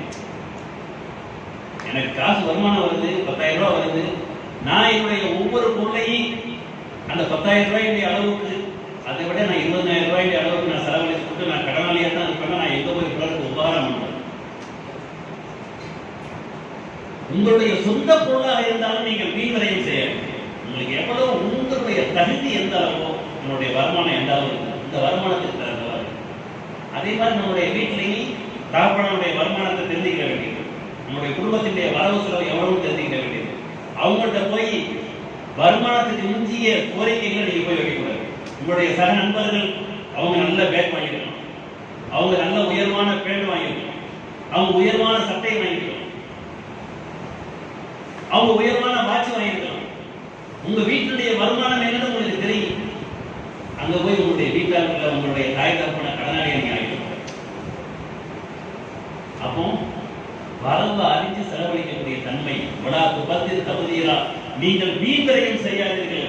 யார் வீண்வரையும் செய்வார்களோ இன்னும் முபத்தீன காமு யஹ்வான ஷயாத்தீன். அல்லாஹ் என்ன சொல்றான்? வீண்வரையும் செய்வர்கள் ஷைத்தானுக்கே அண்ணன்மார்கள் சொல்றான். வீண்வரையும் பண்ணீங்களா? நீங்க எப்படியாப்பட்ட ஆளுங்க? ஷைத்தானை விட மிஞ்சினவங்களா நீங்க? ஏன்னா எல்லா தப்பும் அதுல என்ன வரும்? யார் வீண்வரையும் செய்வானோ அவன் தான் திருடனாக மாறும். திருட்டு தொழிலுடைய உச்சம் கொலைகாரனாக மாறும். பாவத்தினுடைய ஆணி வேர் வீண் வரையத்தில் ஆரம்பிக்கிறார். உள்ளதை கொண்டு போதுமாக்கக்கூடிய நிலவரம். லவ்கான நிபுணி ஆதம் வாதியானி தகவில் லவ்தலா சாலிசம். ஆதமுடைய மக்களுக்கு 2 தங்க ஆறுகளே ஓடினாலும் 3வது ஒரு தங்க ஆறு இருந்தால் நன்றாக இருக்குமே. 2 தங்க ஆறு ஒரு ஓடுதோ போய் கொண்டு ஓடுது நடக்கலாம். அது முடியல நமக்கு கிடைச்ச சந்தோஷப்படணும். இந்த நடுவாலே ஒரு ஆறு ஓடினா நல்லா இருக்குங்க அப்படின்னு கற்பனையை விரிச்சோம்னா இப்படி விரிக்காதீங்க. தபதீரா, நீங்கள் வீண்வரையும் செய்யாதீர்கள். இன்னும் முபத்தீன காம யஹ்வான ஷயாத்தீன். வீண்வரையும் செய்வர்கள் ஷைத்தானுக்கு அண்ணன்மார்களாக இருக்கிறார். ஷைத்தான் எப்படியாப்பட்ட ஆளு? கான ஷைத்தான் ரப்பிகி கஃபூரா. ஷைத்தான் தன்னுடைய ரச்சனைகளுக்கு மாறு செய்யலாம். அவனை போய் நீங்க தோஸ்தாக்கலாமா, நண்பராக்கலாமா, அவன் வேலையை நீங்க பார்க்கலாமா? வர வரைக்கும் சில பேர் இப்போ உடையதே நீங்க பழக தெரியும். உங்களுக்கு எவ்வளவு காசு, வீட்டுடைய வருமானம் எவ்வளவு, அதுக்கு அந்த மாதிரி சொல்லுவோம். இதே போலதான் பெரியாருக்கு நமக்கு வர்ற வரவை எல்லாத்தையும் நம்மளே அனுபவிச்சணும்னு இருந்தா ஒரு காலம் உறவுகளுக்கு கொடுக்கவே முடியாது. கொஞ்சமாவது நம்மளுடைய இவ்வளவு போதுமானது. 200 ரூபாய்க்கு சட்டை வாங்கலாம், 2000 ரூபாய்க்கு சட்டை வாங்கலாம், இன்னும் அதிகமான விலையிலே சட்டை வாங்கலாம். வரவுக்கு மிஞ்சின செலவு நம்ம செலவழிச்சோம்னா அடுத்த ஆளுங்களுக்கு காலத்துக்கு கொடுக்க முடியாது. எனவே நீங்கள் செலவை சிக்கனம் செய்யுங்க. அடுத்து அல்லாஹ் சொல்றான், நீங்க யாராவது உங்கள்கிட்ட தர்மம் கேட்டு வர்றாங்க, உபகாரம் கேட்டு வர்றாங்க, உபகாரம் கேட்டு வந்துச்சுன்னா இப்போதைக்கு உங்கள்கிட்ட டைட்டா இருக்குங்க. இன்னும் ஒரு மாசம் சென்று உங்களுக்கு பணம் வர வேண்டியது இருக்குது. அந்த பணம் வந்தா கூட கொடுத்துடலாமேன்னு நினைப்பு இருக்குது. உங்கள்கிட்ட உபகாரம் கேட்டு வர்றாங்க. அல்லாஹ் என்ன சொல்றாங்க? இம்மா துறைவன் அன்ஹும் இப்திகா ரஹ்மத்தின் ரப்பிக். உங்களுடைய ரட்சணத்திலிருந்து வரக்கூடிய அருளை எதிர்பார்த்து, ஒரு மாசத்திலிருந்து வரக்கூடிய அந்த வரவை எதிர்பார்த்து இப்போதைக்கு நம்ம கொடுக்க முடியாத நிலையா இருக்குதுன்னு புறக்கணிக்க வேண்டிய நிலை வந்தால், இப்திகா ரஹ்மத்தின் ரப்பிக்க தல்குவா, நீங்க எதை ஒரு மாசத்திலிருந்து நீங்க ஆதரவு வைக்கிறீங்களோ அந்த அருளை எதிர்பார்த்து இப்போதுள்ள நிலையில் நீங்கள் அவர்களை கொடுக்க முடியாது புறக்கணிக்க வேண்டிய நிலை வந்தாலும் கூட அதெல்லாம் பின்னாடி பார்த்துக்கணும் என்று முரட்டுத்தனமான கோபமான வார்த்தையை சொல்லாம பக்குள்ளவும் கௌலம் மைசூரா, மிக இங்கிதமான இனிமையான நளினமான மென்மையான வார்த்தைகளை நீங்கள் உபயோகிக்கும். தன்னும் தான் நினைச்சுக்கிட்டு சொல்ல வர வேண்டிய வரவு வர வேண்டியது இருக்கு. அதான் உபகாரம் செய்வதை ஃபுல்லாக எனக்கு சொல்லப்பட்ட கடமையை நான் செய்யத்தான் வேண்டும். ரொம்ப இனிமையான வார்த்தையை சொல்லுங்க. பக்குள்ளவும் கௌலம் மைசூரா.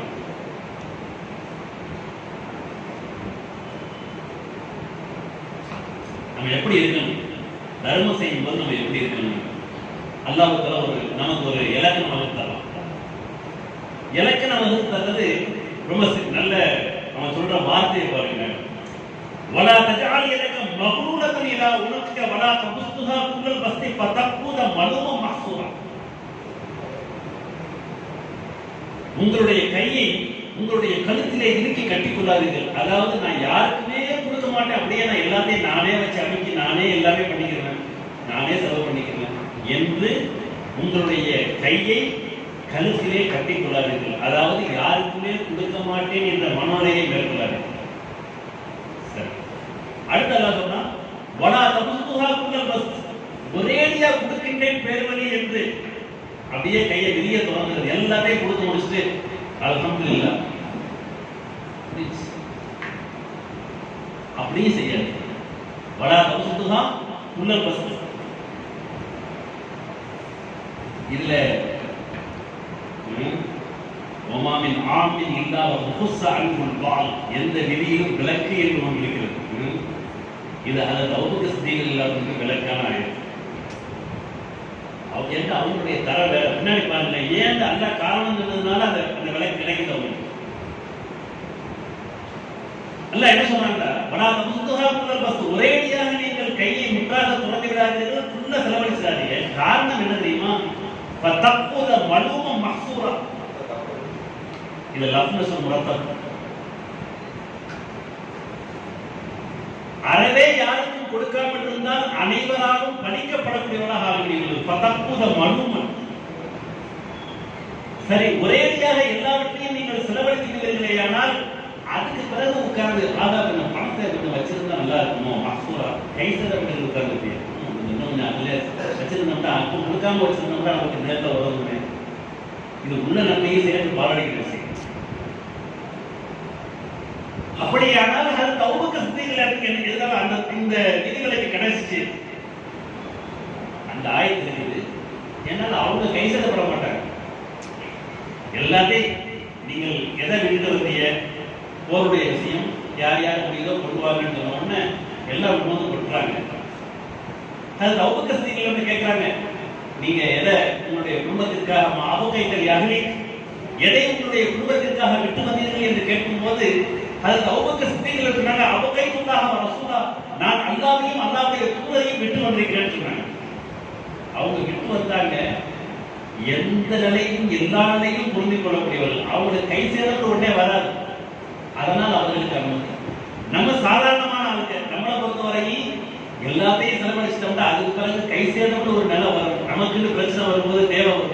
எனவே அல்லாஹ் தஆலா சராசரி மக்களுக்கு சொல்லக்கூடிய உபதேசம், நம்மை கூட சராசரி மக்களுக்கு சொல்லக்கூடிய உபதேசம்.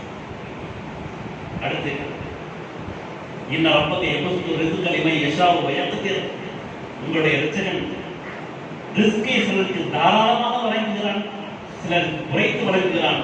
இன்னஹு கான பி இபாதிஹி கபீரா பஸீரா, தன்னுடைய அடியார்களை யாரை எந்த நிலையில் எப்படி வைக்க வேண்டும் என்பது அல்லாஹ்வுக்கு தெரியும். அதனால அல்லாஹ் சொல்ற வேதவாசகனா சொல்ற குறையாவது. அடுத்து வலா தக்துலு அவுலாதக்கும் ஹஷ்யத்தை இம்லாக், உங்களுடைய பெற்றோர்களுக்கு சொல்றாங்க, வலா தக்துலு அவுலாதக்கும் ஹஷ்யத்தை இம்லாக், வறுமை கண்டி உங்களுடைய குழந்தைகளை கொள்ளாதீர்கள். குழந்தைகளை கொள்வது உதாரணமா அந்த காலத்துல குழந்தைகள் கொள்வதுங்கிறது ஒரு இடமா இருந்துச்சு. இப்பவும் குழந்தைகள் கொல்லப்படுகிறார்களா என்றால் கொல்லப்படுகிறார்கள். கர்ப்பம் அடைந்ததற்கு பிறகு 4 மாதம் ஆனதற்கு பிறகு யாராவது கருக்கலைப்பு செய்வார்களே, ஆனால் அது கொல்லலாம். 4 மாதத்துக்கு முன்பாக இருக்குமானால் அந்த பெரும்பாவத்திலிருந்து சரி நிர்பந்தமா இருக்குது, தாய்க்கு உடம்பு ஒத்துக்கிறாரு, ஏதோ ஒரு காரணம் சொல்றதா இருந்தால் 4 மாதத்துக்கு முன்பு கருக்கலைப்பு செய்தால் அந்த பெரும்பாவத்திலிருந்து நீங்க கொள்ளலாம். ஆனால் 4 மாதம் என்பது கரு உருவானதிலிருந்து 4 மாதத்துக்கு பிறகு யாராவது கருக்கலைப்பு செய்வார்களே, ஆனால் இந்த ஆயத்தினுடைய கண்டனத்திற்கு அவர்கள் இலக்காகுவார்கள். வலா தக்துலு அவுலாதக்கும் ஹஷ்யத்தை இம்லாக், வறுமை கண்டி உங்களுடைய குழந்தைகளை கொள்ளாதீர்கள். ஏன்பா நீங்களா ரிஸ்க் கொடுக்குறீங்க, நஹ்னு நர்ஸுகுஹும் வ இய்யாக்கும், உங்களுக்கு அவங்களுக்கு சேர்த்து நாமல்லவா ரிஸ்க் கொடுக்கிறோம். அல்லாஹ் யார் யாருக்கு என்ன ரிஸ்க்ங்கிறது ஏற்கனவே எழுதி முடிக்கப்பட்டது. இன்னல்லாஹ கதவ மகாதில் ஹலாயிக் கப்ல அன் யஃபுத ஸமாவாத்தி வல் அர்த பி 50000 சனா, வானபூமியை படைப்பதற்கு 50000 ஆண்டுகளுக்கு முன்பு படைப்பினுடைய விதியை எழுதி முடித்ததற்கு பிறகு நாம் எதுக்கு யோசிக்கிறோம்? ரிஸ்க தரும் அல்லாஹ் தஆலா. எனவே நாம் வறுமை காட்டி குழந்தைகளை கொள்வது என்பது இருக்கக்கூடாது. இன்ன கத்லஹும் கான ஹித்அன் கபீரா, அவர்களை கொள்வது என்பது மிகப்பெரிய பாவம். அடுத்து சொல்றாங்க வலா தக்ரபு ஸினா, விபச்சாரத்தின் பால் நெருங்காதீர்கள். விபச்சாரத்தின் பால் நெருங்காதீர்கள். நமக்குன்னு ஒரு வயசு இருக்கு. அந்த வயசு என்ன? முதலாவது உழைப்பது 4 பேருக்கு கொடுக்கிறதா இருந்தா நம்ம உழைக்கணும். உழைக்காம எப்படி 4 பேருக்கு கொடுக்க முடியும்? படிச்சு முடியணும். அடுத்து உழைக்கணும். நம்ம கையில பொருளாதாரம் வரணும். பொருளாதாரம் வந்ததற்கு பிறகு அடுத்து நிகழக்கூடிய நிகழ்வு தான் திருமண வாழ்க்கை என்று. திருமண வாழ்க்கை என்று ஒன்று வருவதற்கு முன்பு எந்த சூழ்நிலையிலும் நம்முடைய இச்சையை தவறான வழியில் தீர்த்துக் கொள்வது என்பது எந்த வகையிலும் கூட நான் நேரத்தையே பார்க்கிறது கூடாதுன்னு சொன்னேன். தன்னுடைய சொந்த உறவினர்களில் சில குறிப்பிட்ட உறவு முறைகள் நேரில் யாரையெல்லாம் பார்ப்பது கூடாதோ அதை போட்டோல பார்ப்பது கூட. நேரில் எதையெல்லாம் பார்ப்பது கூடுமோ அதை போட்டோவிலே பார்க்க. நேரில் எதையெல்லாம் பார்க்கிறது கூடுமோ அதை வீடியோவிலே பார்க்கலாம். நேரில் எதையெல்லாம் பார்ப்பது கூடாதோ அதை வீடியோவிலே பார்க்கலாம். ஒரு அந்நிய பெண்ணை பார்ப்பது கூடாது. யானில் அத்துணியின் நகரத்தன் நகரா பகிர்ந்தனக பிற்கூலா வலைசங்களில் ஆகிறா. அலியவர்களே, நீங்க ஒரு பாதையில் நடந்து போறீங்க, ஒரு அந்நிய பெண்ணின் மீது தற்செயலாக கண் பார்வை விழுந்து விட்டது என்றால் அந்த விழுந்த பார்வையை தொடராதீர்கள். ஹதீஸிலே வார்த்தை பாருங்க, விழுந்த பார்வையை தொடராதீர்கள். ஒரு செகண்ட் விழுந்துச்சுன்னா தொடராதீர்கள். விழுந்த தற்செயலாக விழுந்த பார்வைக்கு அனுமதி இருக்கிறது. அனுமதித்தா தண்டனை இல்லை. வளைசத்தில் ஆகிறா தொடரும் பார்வைக்கு அனுமதி கிடையாது. ஹதீஸிலே வாசகம் அற்புதமான வாசகம். யாராவது இந்த அர்த்தத்தை இப்படி செய்யக்கூடாது. முதல் பார்வைக்கு அனுமதி இருக்கிறது, 2ஆம் பார்வைக்கு அனுமதி இல்லை. முதல் பார்வை காபா மாதிரி பார்த்துக்கலாமா? காபாவை பார்க்கும்போது கண் சிமிட்டாம பார்க்கிற நேரம் வரையும் நன்மை இருக்கிறாங்க. அது வேற. அதனாலதான் அந்த அர்த்தம் செய்யல. எந்த அர்த்தம்? முதல் பார்வை 2ஆம் பார்வை எந்த அர்த்தம் செய்யல. எப்படி பார்த்து அர்த்தம் செய்யலாம்? தற்செயலாக விழுந்த பார்வைக்கு சலுகை உண்டு, மன்னிப்பு உண்டு. தொடரும் பார்வைக்கு மன்னிப்பில்லை. அப்போ அந்த செகண்ட்ல பார்வை விழுந்த உடனேயே நம்முடைய கண் பார்வையை தாழ்த்திக் கொள்ளலாம். அற்புதமான வாசகம், ஹதீஸிலே வாசகம். ஆக இங்கே அல்லாஹ் தஆலா விபச்சாரம் பண்ணாதீங்கன்னு சொல்ல, விபச்சாரத்தினுடைய அருகில் கூட செல்லாதீர்கள். முகத்திமாத்து சினா, நம்முடைய கண் தவறானதை பார்க்குமானால் அதுவும் தினா செய்யணும், அதுவும் விபச்சாரம் செய்யணும். நம்முடைய காது தவறான இசையை, மனதை மயக்கக்கூடிய இன்பத்தை தூண்டக்கூடிய இசையை காது கேட்கிறதுமே காது விபச்சாரம் செய்யும். நம்முடைய ஏதாவது ஒரு புக்கை படிக்கிறோம், அந்த புக்கை படிக்கும்போது நமக்கு ஏதாவது ஒரு உணர்ச்சி ஏற்படுகிறது, அப்படிப்பட்ட விஷயத்தை படித்தோமேயானால் அந்த கண்ணு விபச்சாரம் செய்யும். லா யஸ்னி ஸானி ஹீன யஸ்னி வஹுவ முஃமின் வலா யஸ்ரிகு ஸாரிகு ஹீன யஸ்ரிகு வஹுவ முஃமின் வலா யக்துல் நஃஸல்லதி ஹர்ரமல்லாஹு இல்லா பில் ஹக் ஹீன யக்துல் வஹுவ முஃமின். ஒரு விபச்சாரம் செய்யும் அந்நேரத்தில் மூமினாக இருந்து கொண்டு ஒரு கால விபச்சாரம் செய்யவே முடியாது. ஒரு மூமினாக இருந்து செல்போன்ல அந்நிய பெண்களை பார்த்துக் கொண்டிருப்பது, தவறான விஷயங்களை பார்த்துக் கொண்டிருப்பது ஒரு மூமின் ஒரு காலம் பார்த்துக் கொண்டே இருக்க மாட்டார். ஏன்னா அவருடைய உள்ளதாக ஈமான் இருக்காது. அப்படி பார்த்துக்கிட்டு இருக்கும் போது அல்லாஹ் காப்பாற்ற நம்முடைய ரூஹ் கைப்பற்றப்படுமானால் ஈமான் இல்லாத நிலையில் போய் எந்த போனை பார்க்கிறத. சரி, ஒரு கேள்வி கேட்கிறேன். பாவம் தான் எதுன்னு சொல்லணும்? பாவம் தான் எதுன்னு சொல்லணும்? பாவம் என்றால் என்ன?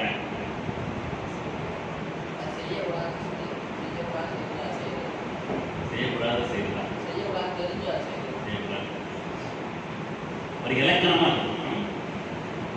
அல் இஸ்மு மா ஹாக்க ஃபீ நஃப்ஸிக ஷைஉன் வ கரிஹத யத்ரை அலைஹி الناس. எதை செய்யும் போது உள்ளத்திலே உறுத்தல் ஏற்பட்டு பிற மனிதர்கள் பார்க்க கூடாது என்று நினைக்கிறோமோ அதற்கு பேர் தான் பாவம். இது ஒரு மூமினுக்குள்ள விளக்கம். ஒரு மூமினை பொறுத்தவரை பாவம் தான் எதை செய்யும் போது உள்ளத்துல உறுத்தல் ஏற்படுது, பிற மனிதர்கள் பார்க்க கூடாதுன்னு நினைக்கிறோமோ அதான். விளைக்கிறீங்க. நீங்க செல்போன்ல எதை பார்க்கலாம்னா உங்களுடைய நடுகால வச்சு எதை நீங்க பார்ப்பீங்களோ, பெற்றோர்கள் எல்லாம் இருக்கும்போது தைரியமா எதை பார்ப்பீங்களோ அது கேட்டா பரவாயில்லை. ஆனா அந்த குடும்பம் ஈமானோட குடும்பமா இருக்கும். அதுக்கு நடுகாலில் உட்கார்ந்துக்கிட்டு எல்லாத்தையும் பார்க்குற குடும்பமா இருந்துச்சுன்னா நான் அதை சொல்ல. அதனால தான் ஒரு மூமியுடைய அடையாளம் சொல்லிட்டேன். ஒரு காஃபிரை பொறுத்தவரை எவ்வளவு பெரிய பாவமும் அவனுக்கு ஒன்றும் தெரியாது. ஒரு மூமியை பொறுத்தவரை பாவங்கிறது அவனுக்கு மிகப்பெரிய ஒரு சுமை. நல்ல குடும்பத்துல ஒரு நடுகாலில் வச்சு எதை பார்க்கணுமோ அது எல்லாரும் அப்படித்தான் இருக்கணும். எதை எல்லோருக்கும் முன்பு பார்க்க முடியுமோ அதை மட்டும் தான் பார்க்கணும். எதை யாருக்கு முன்பு பார்க்க முடியாதுன்னு நினைக்கிறோமோ அதை எப்போது பார்க்கணும். அது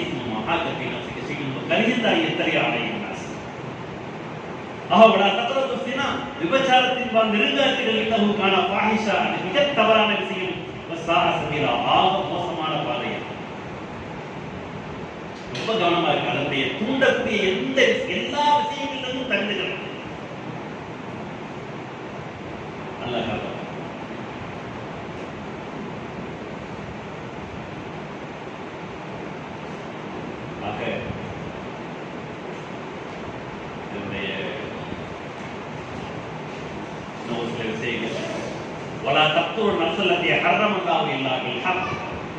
சத்தியத்தை கொண்ட தவிர அல்லாஹ் ஹராமாக்கிய எந்த ஆத்மாவையும் நீங்கள் கொலை செய்து விடாதீர்கள். எந்த சூழ்நிலையிலையும் கொலை வரை சென்று விடாதீர்கள். உங்களுடைய கோபத்தை கட்டுப்படுத்திக் கொள்ளுங்கள்.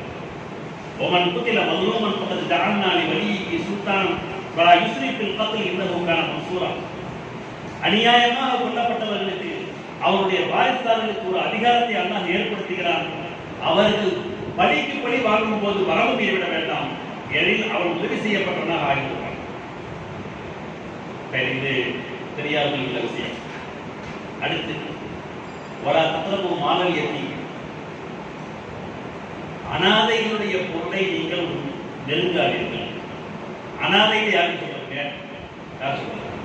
அனாதை என்றால் யாரு?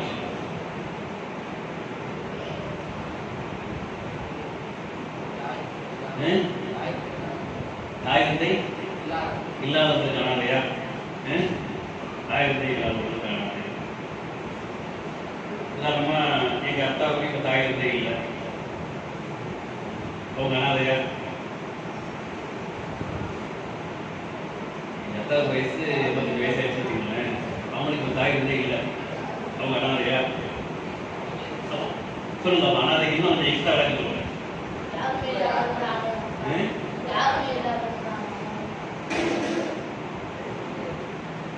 பருவ வயதை அடைவதற்கு முன்பு தந்தையை இழந்தவர்களுக்கு மட்டும்தான் அனாதை. தந்தைக்கு மாற்றத்தோட அர்த்தம் சொல்றாங்க. தாயை இழந்தவங்களுக்கு கூட அனாதைன்னு சொல்ல முடியாது. பருவ வயதை அடைவதற்கு முன்பு யார் தந்தையை இழந்தார்களோ அவர்களுக்கு பெயர் அனாதை. இப்போ வச்சுக்கிறேங்க, அனாதைகளுடைய பொருளை உண்ணாதீர்கள், நெருங்காதீர்கள் அப்படின்னு சொன்னா ஏதோ ஒரு எத்தீம் கானா இருக்கு. அந்த எத்தீம் கானாவுடைய பொறுப்புதாரிகளுக்கு சொல்லப்பட்ட சட்டம் நினைச்சிக்க கூடாது. இந்த எத்தீம் கானாவுடைய பொறுப்புதாரிகளுக்கு சொல்லப்பட்ட சட்டம் இல்லை. அதுங்க உதாரணமா ஒரு தகப்பன், அவருக்கு 3 புள்ள வச்சுக்கணும். ஒருத்தருக்கு 20 வயசு, அடுத்தவருக்கு 15 வயசு, 3வது புள்ள ரொம்ப லேட்டா பண்ண அந்த பிள்ளைக்கு வந்து 5 வயசு. இந்த நேரத்தில் தகப்பன் இறந்து விட்டால் இந்த 5 வயசு பிள்ளை இருக்கார்ல, இந்த 5 வயசு பிள்ளைக்கு பேர் தான் எத்தி. இந்த முதல் 2 பேருக்கு எத்தியோட பேர் வரும். இந்த 20 வயசு ஆளுக்கு 17 வயசு ஆளுக்கு எத்தியோட வர. இவன் பருவ வயதை அடைந்தவன். 15 வயசு அடைஞ்சுட்டா பருவ வயதை அடைஞ்ச முடியும். இந்த 5 வயசு பிள்ளை இருக்குல்ல, இந்த 5 வயசு பிள்ளை எத்தி. இந்த 20 வயசு ஆளுக்கு இந்த 17 வயசு ஆளு தந்தையுடைய சொத்துக்கு உரிமைப்பட்டவராக ஆகுறார். இவர் என்ன செய்யணும்? தம்பிக்கு எந்த சொத்து இருக்குதோ கரெக்டா அதை பிரித்து வச்சிடணும். அந்த சொத்தையும் சேர்த்து தான் உண்ணலாமா என்றால் வலா தக்ரபு மானல் யத்தீ. அனாதைகளுடைய சொத்தை நீங்கள் நெருங்காதீர்கள். நான் ஏன் சொத்து தானே, எங்க அத்தா சம்பாதிச்சது தானே, சரிதான். ஆனா அத்தா சம்பாதிச்சது உங்க 3 பேருக்கும் சமமாக எந்த வகையான ஏற்றத்தாகவும் கிடையாது. மார்க்கத்தை பொறுத்தவரை அண்ணன் தம்பியா, அண்ணன் எவ்வளவு பெரியவராக இருக்கட்டும், தம்பி எவ்வளவு சின்னவராக இருக்கட்டும், எல்லாருக்கும் சமமான பங்கு. பாகப்பிரிவினை சட்டம் ஒரு தனி சட்டம். அது விரிவாக பேசுவாங்க. ஆக அனாதைகளுடைய பொருளை நீங்கள் நெருங்காதீர்கள். அவங்களுடைய பருவ வயதை அடைகின்ற வரை அழகிய முறையில் நெருங்கலாமா? அந்த பொருளை இவங்கெல்லாம் எப்படி அதை பலப்படுத்துறாங்க? வியாபாரத்தின் மூலமாக அவருடைய பொருளையை சேர்த்து இவங்க தன்னுடைய பொருளை பலப்படுத்துவதற்காக எப்படி முயற்சி செய்கிறார்களோ அதில் எந்த குறைவும் இல்லாமல் அதே போல் செய்வார்களேயானால் இல்லாமல் அதே அழகிய முறையில் செய்வார்களேயானால் அப்ப நெருங்கலாம். இல்லாது போனால் சாம வச்சிருக்கோம். அதை நான் வியாபாரத்தில் ஈடுபடுத்திட்டேன் நஷ்டமாயிருச்சுன்னு சொன்னீங்கன்னா நீங்க அவர்கிட்ட போய் சொல்லாரு. நல்ல முறையில வியாபாரம் செய்ய தெரிஞ்சா அதையும் சேருங்க. இல்லையானால் கரெக்டா அவருடைய பங்கு அவருக்கு கொடுத்துரும். அடுத்து மார்க்கத்தில் ஒப்பந்தத்திற்கு மிக முக்கியமான அந்தஸ்து இருக்கு. வாயிலிருந்து வார்த்தை வருமானால் மிக சரியா நிறைவேற்றும். ஒப்பந்தம் பண்ணா அந்த ஒப்பந்தத்தை நிறைவேற்ற. எனவேதான் சின்ன பிள்ளைகளா இருந்தாலும் நான் இதை செஞ்சா நான் அதை வாங்கி தருவேன், இதை செஞ்சா இதை வாங்கி தருவேன் சொன்னா கரெக்டா சொன்ன மாதிரி நிறைவேற்ற. வாயிலிருந்து வெளிப்படக்கூடிய வார்த்தைக்கு மிகுந்த முக்கியத்துவம் இருக்கிறது. ஒப்பந்தங்களை நீங்கள் நிறைவேற்றுங்கள். அவுஃபுல் இன்ன லஹத காண மஸ்கூரா. அந்த ஒப்பந்தத்தை பற்றி நாளைய மறுமையை விசாரிக்கப்படுகிறது. அடுத்து நீங்க தெரியக்கூடிய வியாபாரிகள் வியாபாரம் செய்யக்கூடிய நேரத்தில் அவுஃபுல் கைல இதா கில்தும் வஸினு பில் கிஸ்தாஸில் முஸ்தகீம். நேர்மையான முறையில் வியாபாரம் செய்யும். வாங்குறதுக்கு ஒரு அளவுகோல், கொடுக்கறதுக்கு ஒரு அளவுகோல். இந்த வேலையெல்லாம் பார்க்கவே தங்க வியாபாரிகளை பொறுத்தவரையும் யாராவது தங்க நகைக்கடை வச்சிருந்தாங்கன்னா ரொம்ப கவனமா இருக்கும். ரெட்டை அளவுகோல். வாங்குறவங்களுக்கு ஒரு அளவுகோல், கொடுக்கிறவங்களுக்கு ஒரு அளவுகோல். மார்க்கத்தில் அனுமதியே இல்லை. எதை நீங்க செய்தீங்களோ அதே விஷயம் தான். கொடுக்கறதுக்கு ஒரு அளவுகோல் தான், வாங்குறதுக்கும் சேர்த்து. இவங்க வாங்குறதா இருந்தா அந்த கல்லையெல்லாம் கழிச்சிருவாங்க. அவங்க இடம் போடுறதா இருந்தா கல்லையும் சேர்த்து இடம் போடுவாங்க. இதெல்லாம் மார்க்கத்தில் அனுமதி இல்லை. என்ன நீங்க செய்யணும்? கல்லுக்கு தனியா ரேட் போட்டா ரேட் போடுங்க. கல்லையும் சேர்த்து நகையினுடைய கணக்கில் நிறுப்பதற்கும் மார்க்கத்தில் ஒரு வழிமுறை சொல்லி தருகிறது. வாவுக்குள் கையில் இதா இருக்கும் வசினோடு கிஸ்தாஸில் முஸ்தகீம் லாரிக கைரும் அஹ்சனு தஅமீலா. நேர்மையாக நடப்பதுதான் நல்ல முடிவை தரக்கூடியதாக இருக்கும். இல்லை என்றால் உங்களுடைய வருங்காலம் பரிதாபமான நிலையாக இருக்கும். அடுத்து சொல்றாங்க மார்க்க விஷயத்தை என்ன சொன்னேன். மார்க்க விஷயத்தை பெரியவராக இருந்தால் ரொம்ப கவனமா எது எதுக்கு என்ன சட்டம், யார் யார் எதற்குரியவர்கள் போய் அவங்கள்ட்ட கேட்டு அந்த விஷயத்தை தெரிஞ்சுக்கிறது. அறிவில்லாத விஷயங்களில் நாம சுய முடிவு எடுத்து பின்பற்றலாமா என்றால் பின்பற்ற முடியாது. வடா தப்பு மாலை சிலகத்தியே எதை பற்றிய உறுதியான ஞானம் இல்லையோ அந்த விஷயத்தை நீங்கள் பின்பற்றாதீர்கள். இன்ன சம்ஆவல் பஸரவல் ஃபுஆத குல்லு உலாயிகான அன்ஹு மஸ்ஊலா. நிச்சயமாக உங்களுடைய செவி, பார்வை, உள்ளம் யாவுடைய எல்லா விஷயத்திலும் உங்களுக்கு கேள்விகளை எல்லாத்தையும் கேட்பேன். உங்களுக்கு நல்லா கண்ணை தந்துருக்காங்க, காதை தந்துருக்காங்க, உள்ளத்தை தந்துருக்காங்க. இதுல எப்படி நீங்க விளங்குறதுக்கான என்ன முயற்சி எடுத்தீங்க? அதுக்கான எந்த முயற்சியும் எடுக்காம கால் அவன் சொன்னா இவன் சொன்னா மார்க்கத்துல யாரை எதுக்கு அணுகணுமோ அந்த மாதிரி அணுகி மார்க்க விஷயங்களை தெரிந்து நடக்கிறீங்களா என்பதை பற்றி எல்லாம் அல்ல நாளை கேள்வி கேட்போம். அடுத்து அல்ல சொல்றான் இறுதி வந்தேன் வடா தம்சிப்பில் ஆவலி பரகா. இந்த பூமியில் நடக்கும் போது மிடுக்கோடு நடக்காது, பெருமையோடு நடக்காது. பெருமையில இருக்கு சொல்றது நான் தான் தெரியாம நினைக்கிறேன். சுல்சலாஸ்ல கேட்டாங்க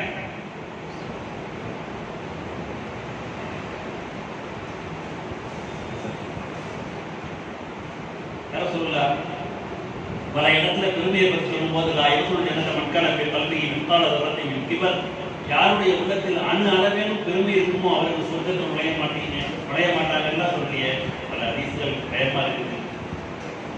எங்களை பொறுத்தவரை சில ட்ரெஸ் அணியணும் லேசான ஒரு எண்ணங்கள் வருது. இன்னதுல எப்படிப்பா எப்போ சௌப்பு ஹசனா அழிவு ஹசனா ஒரு செருப்பு நல்ல செருப்பா அணியன்னு நாங்கள் விரும்புகிறோம்.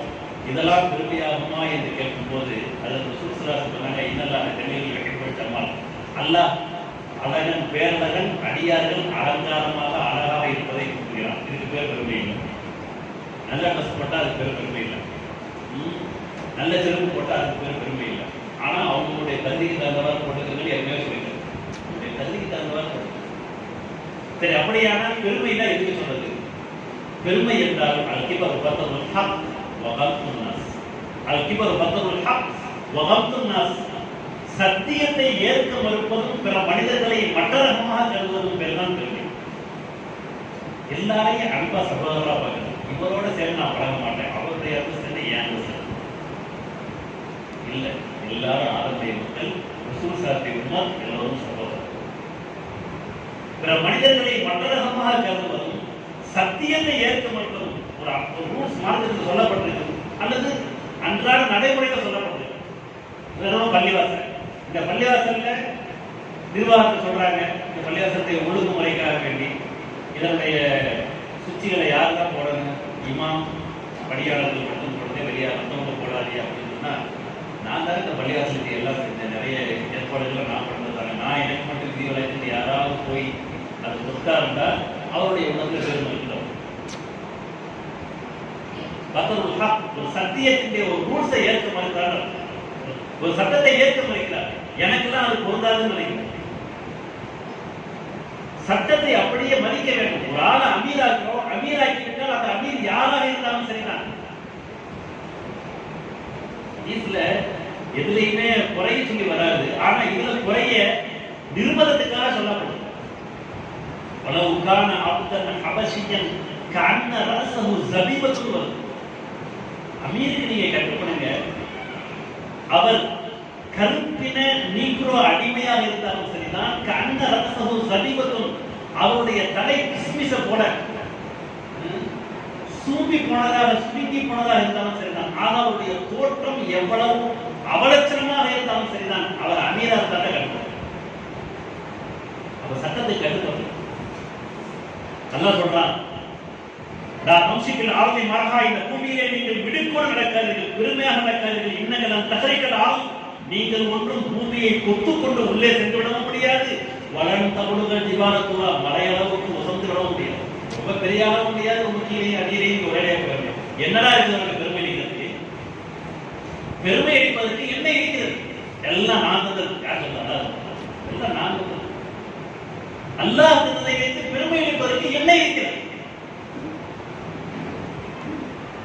ஆக அல்லாஹ் இந்த விஷயங்கள் அல்லாஹ் தஆலாவுடைய கலாம் ஷரீஃபில் சொல்லப்பட்ட விஷயங்கள் முடிஞ்ச அளவுக்கு நம்ம அமல் செய்வது. அல்லாஹ் சுப்ஹானஹு வ தஆலா சத்தியத்தை சத்தியமாக விளங்கி பின்பற்ற கிருபை செய்வானாக. அசத்தியத்தை அசத்தியமாக விளங்கி அதை தவிமலர்